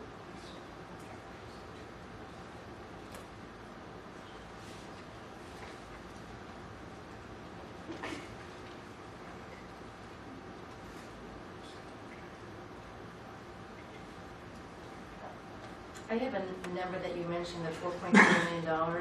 That is that $4.3 million that we put back into the budget at the end of last year, beginning of this year. Did you say that number? Somebody said the number. No, I said that number. That was just, I took the $2.5 million we were spending on Chromebooks out of this budget. If we wouldn't have done that, we would have been able to put 4.3. But we had the money to spend that out of this year, so we did. The board approved that, so we're putting 1.8. I did 1.8 plus 2.5, giving us 4.3. And the reason I asked that is Yeah. we the board cut $3 million from the budget last year. So as I'm mulling over my own budget in my own household, we cut $3 million and we cut resources, and then at the end of the year we were able to purchase the Chromebooks at $2.5 million, which is great. Am I the only one that's seeing this? That we cut $3 million that perhaps we didn't need to cut. Well, I think if you think back to the discussions that we had almost a year ago, Chris, in March, we really weren't sure because we were surprised with the $10 million deficit that we learned about in the summer.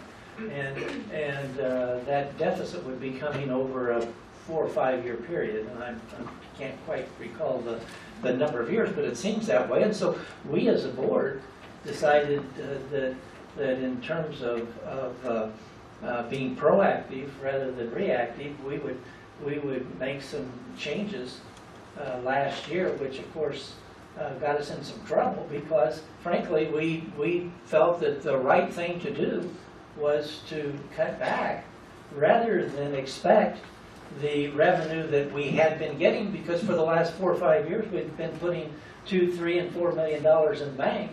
And the same questions that you're asking tonight, we'd asked for 3 or 4 years.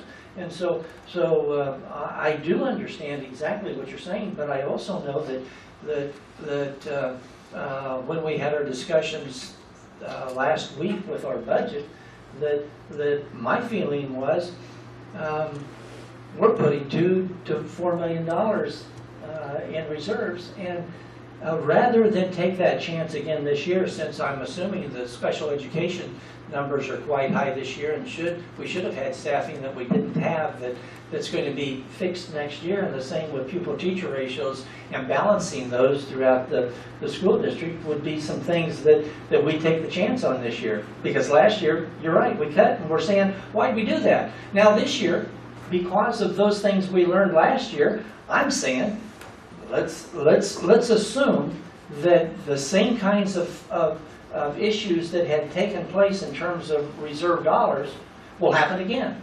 And since it's happened for the last 4 or 5 years, you think, well, there's that possibility. So I come back and say, well, let's be sure that we are staffing correctly this year, even though it costs us a couple $1 million, so that, because I'm assuming that the revenue, and that's why I asked the question about local dollars. I'm not sure what that figure is any more than Kim is, and I knew Kim didn't know that figure. And quite honestly, the county doesn't know the figure yet either. But I want to be sure that we're taking care of children. And the question that I asked you, Dr. Zawonka, before you allowed me to feel comfortable with adding those staff positions was that you said we're going to lower class size and we're going to be monitoring those kinds of things. And again, the reason for my question tonight, show the board in September what those figures are, because if we're going to do anything for our staff and for our children, then we will place them in right-sized classes.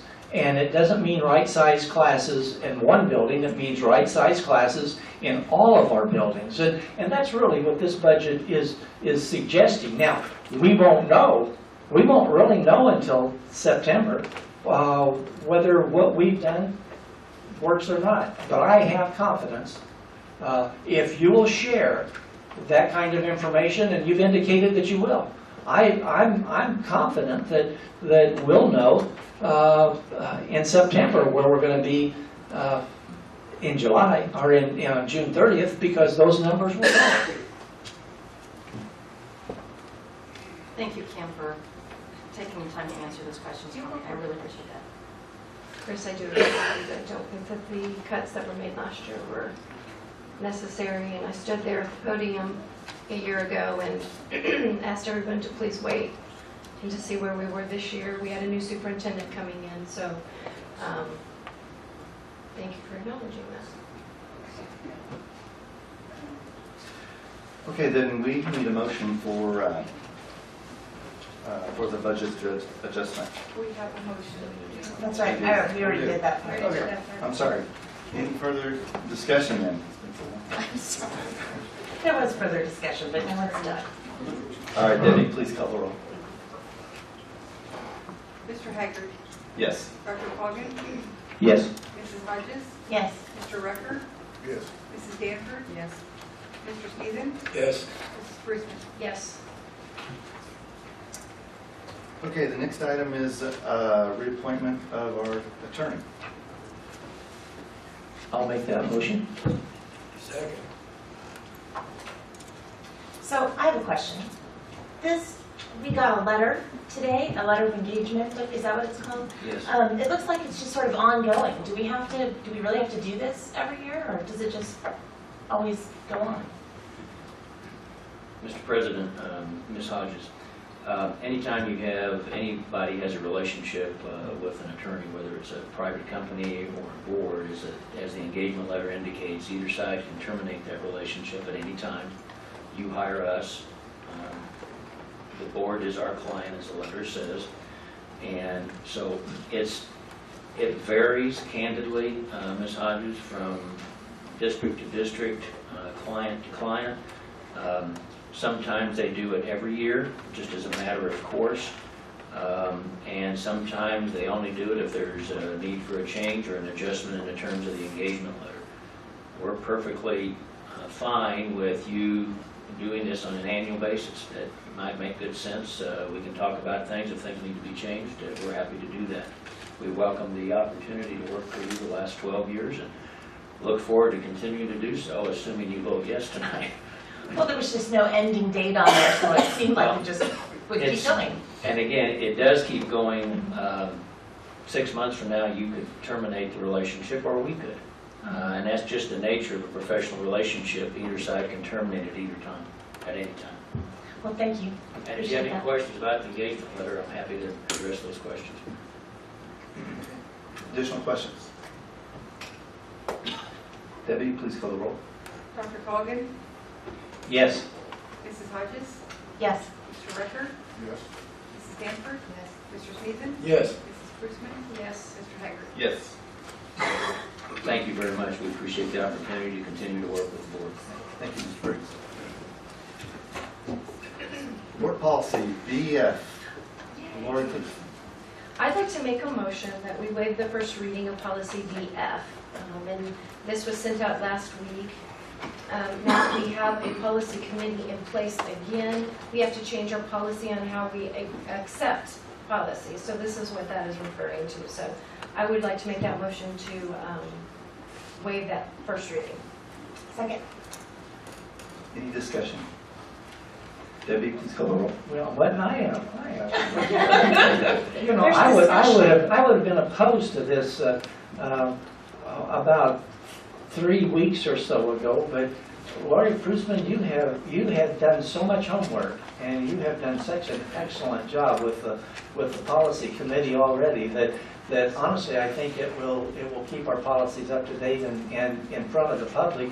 And we have a chairperson that's willing to spend a lot of time putting all that together. So I'm all for it 3 weeks later. Any other comments? Debbie, please call the roll. Mr. Rucker. Yes. Mrs. Bruceman. Yes. Mrs. Hodges. Yes. Mr. Sneeden. Yes. Dr. Cogan. Yes. Mrs. Danford. Yes. Mr. Haggard. Yes. Okay. Now on to the next ones.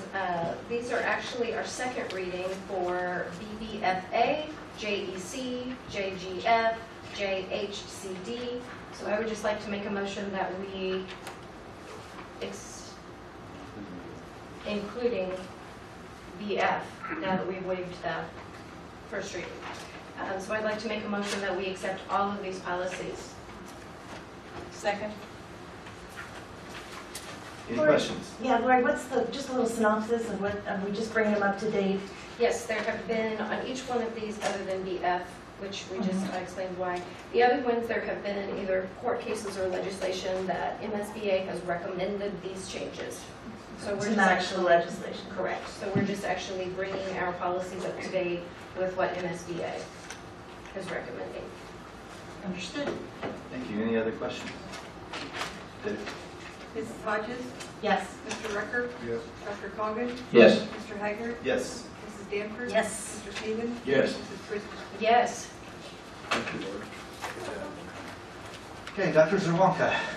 Yes, had a great opportunity where's Chris? Were we out there Thursday, Chris? Wednesday, I think, with Miss Adams, got to tour Carden Park and check on some things, and with Ron Houston, and they talked about maybe punching a couple of wings in maybe the office area. Here comes Chris. I can't recall, but we had a great opportunity to tour, and they were carpets down, they're putting in the cubbies, the shelves, the tiles in the bathrooms. The paint, it's on the walls. I mean, they're doing a great job. Chris, you want to talk about that and/or Oak Grove? Yeah, I'd be glad to. It's hard for me to believe that in 8 weeks, it's the first day of school. New schools too, okay, that's what I'm excited Never about. have I tracked the first day of school. And I'm really excited to tell you that in 8 weeks, we will open the doors of 2 brand new schools.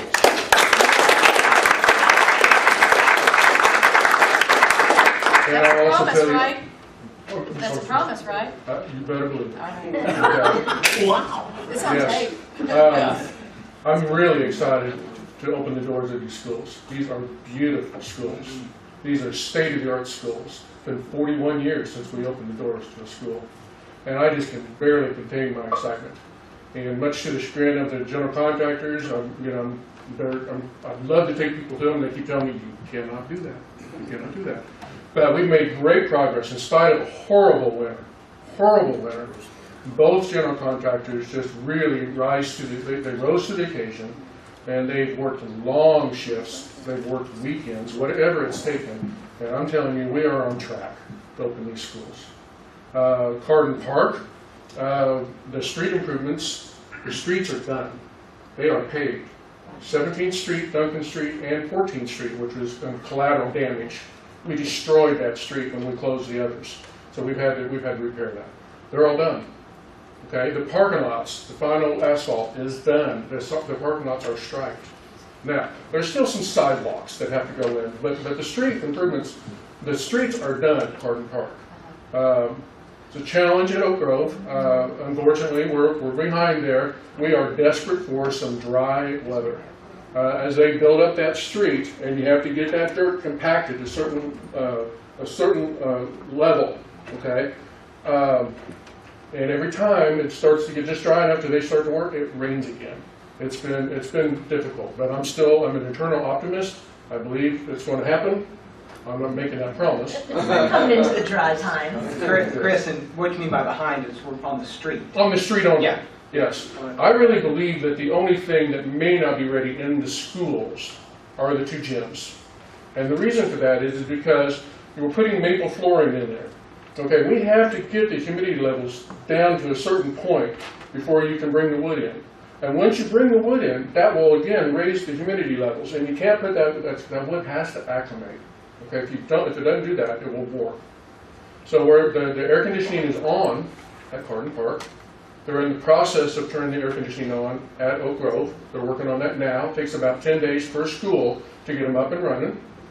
And we've always believed, because it was kind of a sacrificial lamb, we knew, well, the classrooms are definitely going to be done. We've already talked to both general contractors, and it looks like they may do a substantial completion on the classrooms early, which means that it'll be turned over to us. That means I can send facility staff in to do deep cleanings, things like that.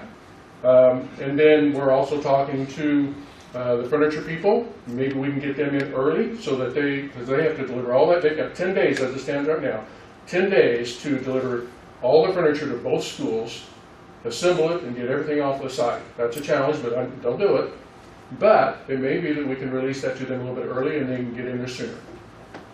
So, I'm open to any questions, but I'm really excited. It's really looking cool. The cabinetry's going in, carpet, whiteboards being hung. Mr. Chairman, I have one question of Mr. Selkat. I need your cell phone number because I have a nephew who keeps me apprised of the progress on Cook Road. His name's Jay Summers. And rather than him call me, I want him calling you. I want to know now, when will that street? You said you didn't know.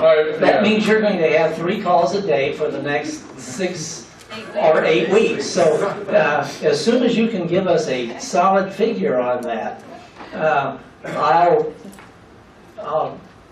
get him off your back if I can. I know Jay. Yes. Yeah. So, I mean, it's too early. It really is. I mean, we just really were desperate for a stretch of driveway. He was asking me this past Sunday when that street would be completed because it's causing some problems for some folks. He goes to Word of Life Church, and he had indicated to me that it was really hard, you know, for folks getting down there, and that I needed to get out there and get that street fixed. And I told him, thank you very much. I do want to give him your telephone number. Yeah. Well, I can tell you that we've had discussions with the contractor that's doing the streets, and I guarantee you that when the weather cooperates, that they're going to work long hours to get that done. And they're just chomping at the bit, but certainly they're just at the mercy of the weather. Other question? Mr. Chairman, when do you suppose the teachers will be able to get How did I know you was going to ask? Former teacher? Yes. Yes. And they're excited to get in. I know they are. Yeah. I know they are. It's still too early. Okay. A lot's going to happen in the next 2 to 3 weeks. And as soon as we know that, then I've already told both Mr. Otto and Ms. Adams that I'm going to let them know that. One of the problems is we really need to get the furniture in the classrooms and completely set up before we let the teachers in. So there's some things that come into play there, but we are very sensitive to the fact that we know the teachers want in there as soon as possible.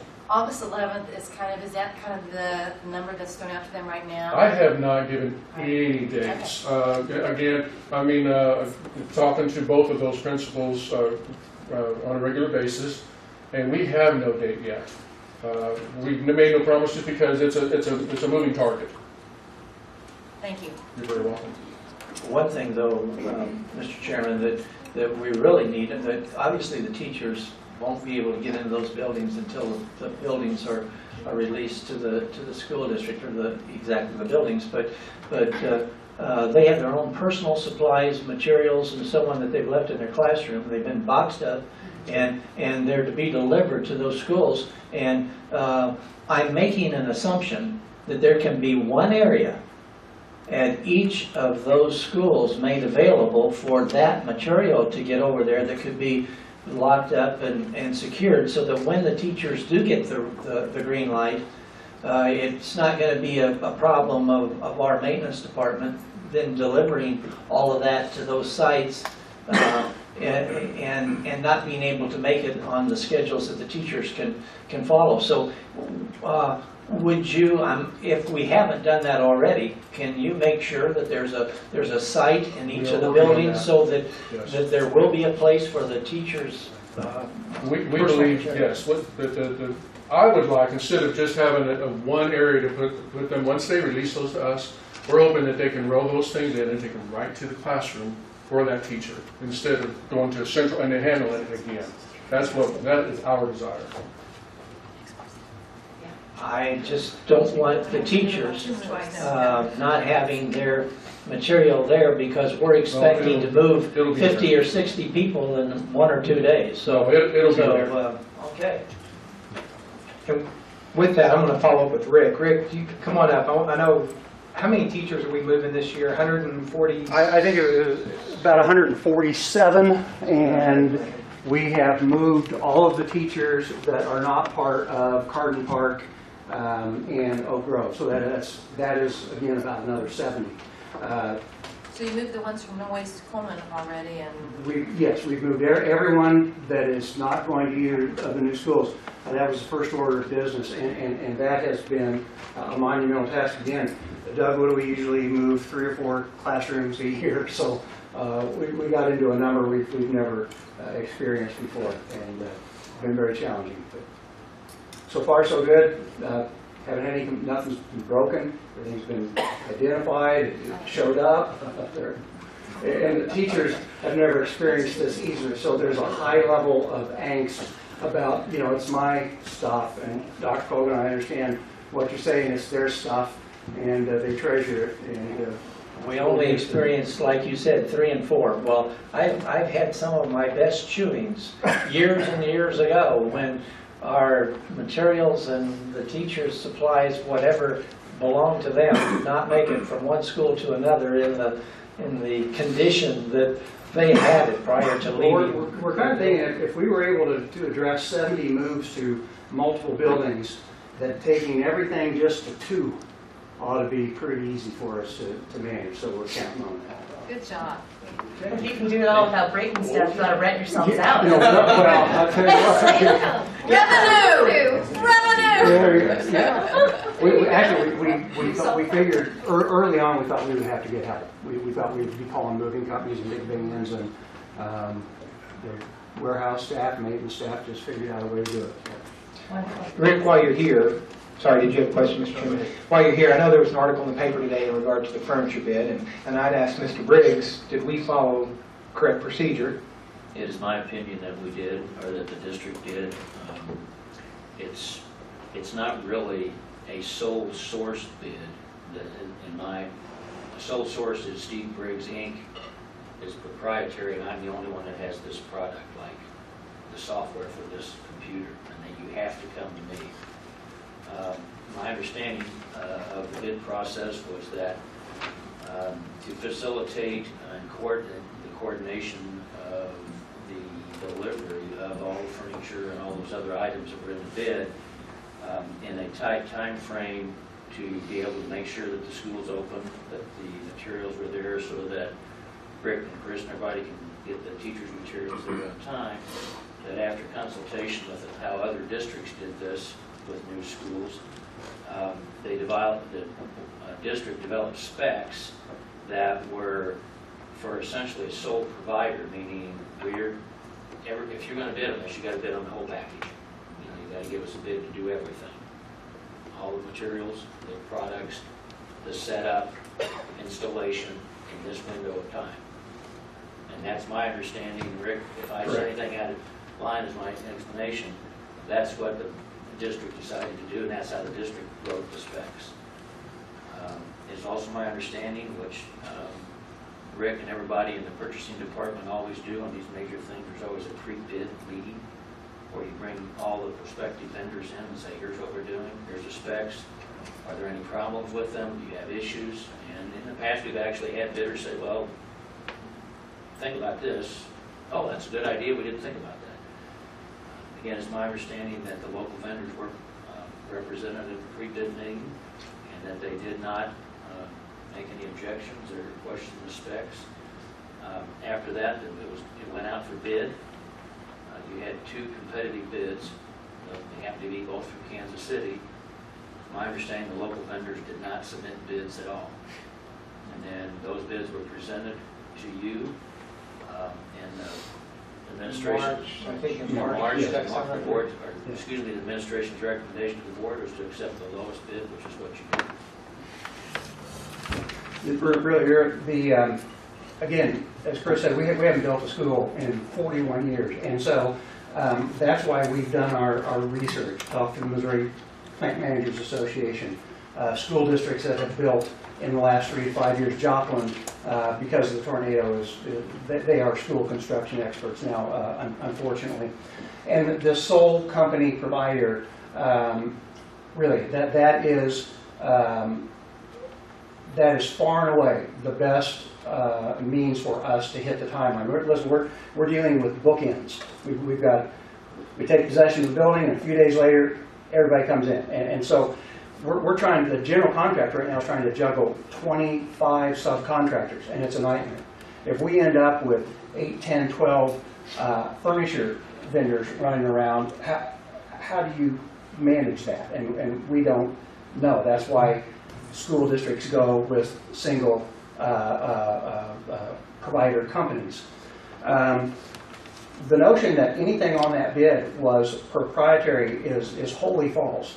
The local companies have known for 18 months that we were going to build a school and provide furniture. And we've talked about these things. And just as we did our homework, if you don't carry a complete line, get a school bid and see what those products are that you need to build a relationship with. Where do I get the American flags? Where do I get that kind of library table? And do what other companies do if that's what your choice is. And again, if there was a better way, and I stated to you earlier, if there was a better way, where was the documentation? Where was the conversation at the pre-bid meeting? Had 2 representatives from Brown Mantrek and 1 from BJ. There was no comments, and we solicit that. As I stated earlier in some comments to you, we drastically changed the construction bids because we had the people that are the experts tell us, you're a fool if you take the grading out of the scope of work of the general contractor. It looked good to us. We thought we might save some time. But when we really listened to the people that know, it would have been a poor decision. And so we yielded to those folks that know. That's why we have pre-bid meetings, and we asked and solicited, even from the local vendors, here's our bid, tell us. And we got nothing until last week. And quite honestly, I was threatened by one of the local vendors for the actions that we took in requiring a single provider company, which has never happened to me in 25 years. But again, this bid met every statutory requirement. It is a solid bid, and it's a competitive bid. And I know that some of you have raised the question, well, I didn't know that local companies didn't bid. Now, Lori, you're doing the policy committee. If we want to make, if you want to direct us to change how we bring bids, I'll be happy to do that. But here's what I've always done. As long as I have competition, I have 2. If I have 6 people that pick up bids and only 2 respond, we bring the 2 to you and make a recommendation. Here's the competition, okay? Now, if one of them happens to be local, we'll identify that one of those 2 was local. But we don't bring in the other 4 and say, I have 2 bids and these 4 didn't bid. Never done that. If you want to know that, be glad to bring it in. Not a problem. If I don't have competition, and I have 4 bids, or I have 4 people pick them up, I get 1 bid, I'm going to call those 3 other companies and say, did we miss something? Was there something we didn't get right at the pre-bid meeting that you didn't bid? Because I can't come in here necessarily and tell you that you have a competitive bid because I don't have competition. And so that's when I'll bring in companies that didn't bid, because now I've got a quandary here. How do I tell you to accept the bid? And so I would share what each of the companies that did not bid told us. Well, we're too busy. Whatever those reasons might be. And then as a board, you have the ability to make a decision about whether you want us to rebid or whether we think we have enough information to say, yeah, even though you didn't get competition, we think the numbers are realistic and in line and proceed. And that's where I would bring in companies that had not returned a bid. But again, tell us how you want the process to go. And we can bring in every vendor that picks up a packet and give you the list and then show, no response, no response. If that's information that is helpful to the board as well. We often do go back, even when we have competition, and ask companies, why didn't you bid? Because I'd rather have 4 bids than 2. Okay, quite honestly, that's how we're bringing the projects in at or under budget. It's because we implied competition. And any notion that because you have a relationship with someone that you have an advantage is ridiculous. The guys that wrote the statutes were pretty smart, okay? They know that people know each other. How many retired superintendents go to work for companies that sell stuff and they go into school districts? You know me from a long time ago. Hey, buy my... What are these laws all about? They're about competition and open, non-proprietary bidding, and that's what we did. And because we know somebody, or I know someone, are we supposed to exclude that company? Surely not. The laws are clear. We followed the laws to the letter of the law, as council will say. Thank you, Rick. I just wanted to clarify that because I know that was in the paper today. The other thing, I have two more things. One is you heard Kasdan Pierce talk earlier, and it's about project graduation. And really what we face is a graduation date. And I know Miss Brandy Dredge was here. I don't see her out there right now. But I know we've been in contact. I've communicated with her. I know she's maybe communicated with some board members. The question comes to graduation. The high school principals talk to their parents, talk to their kids, and they wanted to have their own separate night. They wanted, parking's an issue, colors change is an issue, photos are an issue, having it all in one day. Not sure if we fully accounted for project graduation. I know it's better attended by some high schools versus some that don't quite send as many kids. So with that, Ms. Dredge and I have had conversations, and you heard Kasdan and the boys that were here. What do we do? Because we currently have graduation set on 3 different nights. We can make a change. We can change it to one day.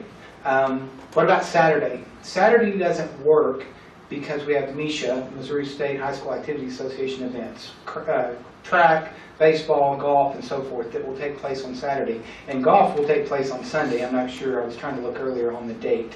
So that will be a problem to move it to a Saturday, because that was a solution of, let's start earlier in the day. Let's do 10 o'clock, 2 o'clock, and 7 o'clock, trying to space that out. Looking ahead, we have two options if we want to keep it on a Sunday. One is May 10th, that's Mother's Day. Now that will be the Sunday before school dismisses on May 14th. Currently, they're graduating the Sunday after school dismisses. That's what happened this year. The other option is Sunday, May 17th. The reason I bring this to you, it's not on the agenda, it's for information, but we need to set a date and stick with it, because as graduation announcements get, I mean, the Jostens, they're already ready to print them. I mean, you know, they have those dates set because they have markers out there, and we have many other activities going on. So I bring that to you as you heard the young men speak tonight. Some of you may have talked to Brandy, but we need to make a decision and stick with that decision. Also, in regards to project graduation, it's my understanding Youth Alliance is providing some funding for that, and they need to know by the end of the month whether or not they need to allocate the money for project graduation or something else. So what questions do you have on that? Give me some feedback on, do you want to keep it on the 3 days as the principal? And I've talked to the principals, and Dr. Niles talked to them, and they're flexible. If we want to go to 1 day, they'll keep it on 1 day. I've had some people approach me about having the graduations be during the week, because aren't they set up for like... I believe Monday, Tuesday, Thursday. Yes, and they didn't like that setup. So those folks might like better the way it's always been, even though it's 3 on 1 day. We'll just have to keep it on Sunday. Right, that's but it's on a weekend. It is, yeah. Dr. Zwolka, I was involved with project graduation when my kids were in school, and I thought it was a great thing. As far as participation rate, I don't know what it is now, but I think if it's about safety for kids, and it gives an opportunity for kids to have something to do, like the young man said today. You know, once you graduate, you don't want to go home. Okay, if we can find a safe haven for them, I think that would be great. And we've been doing it 1 day for a long time. If we could just save one kid from getting into some trouble, because we had a place for them to go and something for them to do, I'm all for going back to that 1 day. So. I'm also a parent who had 2 youngsters go through project graduation, and they loved it. And one thing that I can remember some of them, at least one of them, talking about was that they got him there. I had one that would just go. I had another that would go fast the other direction. The one that would go the fastest the other direction decided to go to project graduation because of the prizes that were being offered, and I have no idea what's being offered now, but there were cars there, we had stuff that kids really wanted, and I like the idea of going to one day, because again, it seems to work and it keeps children safe, but I would hope that the school district and even the board could get involved some way in trying to generate additional funds for prizes that the youngsters, the high school seniors are suggesting are the items they want, so that when we're raffling those things off, we might have 100% of the youngsters participating rather than a small number. Just a suggestion, but I do like the idea of project graduation, because it could just save one life, and we have no idea. I mean, the board knows the price of that.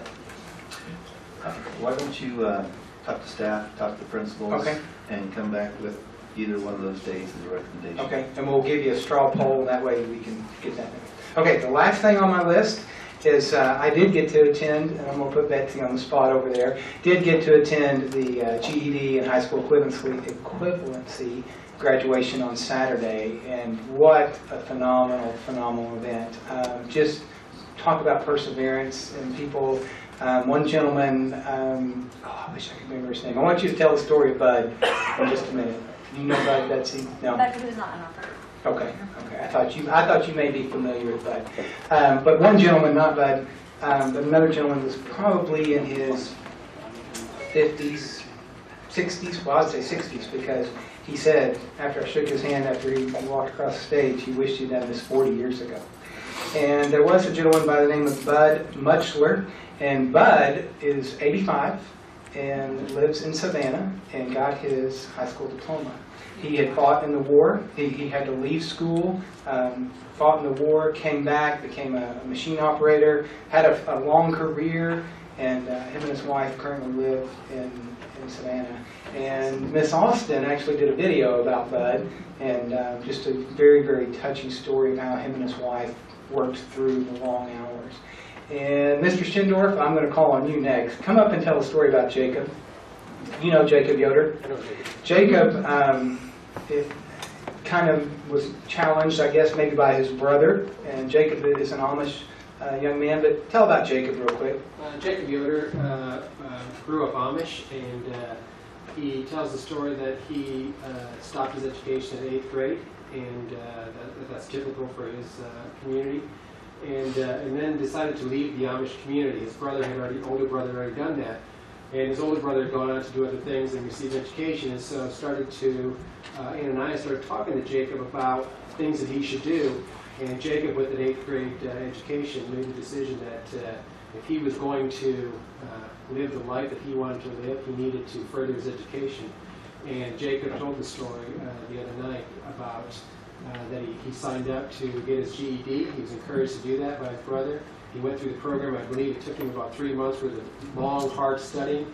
But Jacob Yoder then received his GED, and he graduated that night. It was a great story. And story after story like that when you visit with the graduates, and varying ages and where they come from and their walk of life. But my hat's off to Betty Wymore and John Slaney and that whole group over there that just do a phenomenal job encouraging people and getting them through. So my hat's off to the board for continuing to fund that, because it really does make a difference in their lives. And they've actually got a partnership where they got a $1,500 scholarship for a local college where they can bridge the gap and keep going.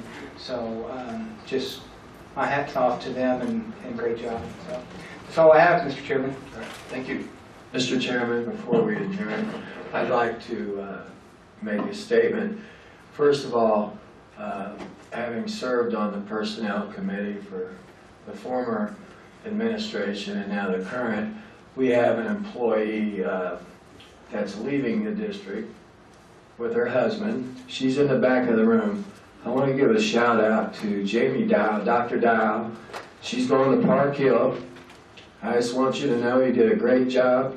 Job well done. I had the pleasure of working with her in the last administration, and we had some problems, and I can't tell you how fast and how good a job that she did.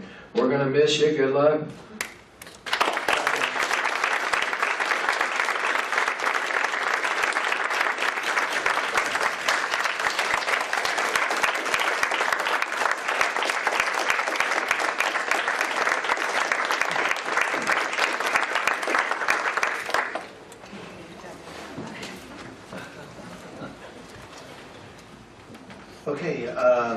Can I entertain a motion to go to closed session? So moved. Second. Debbie, please call the roll. Mr. Haggard? Yes. Dr. Cogan? Yes. Mrs. Hodges? Yes. Mr. Rucker? Yes. Mrs. Danforth? Yes. Mr. Stevens? Yes. Mrs. Priest? Yes.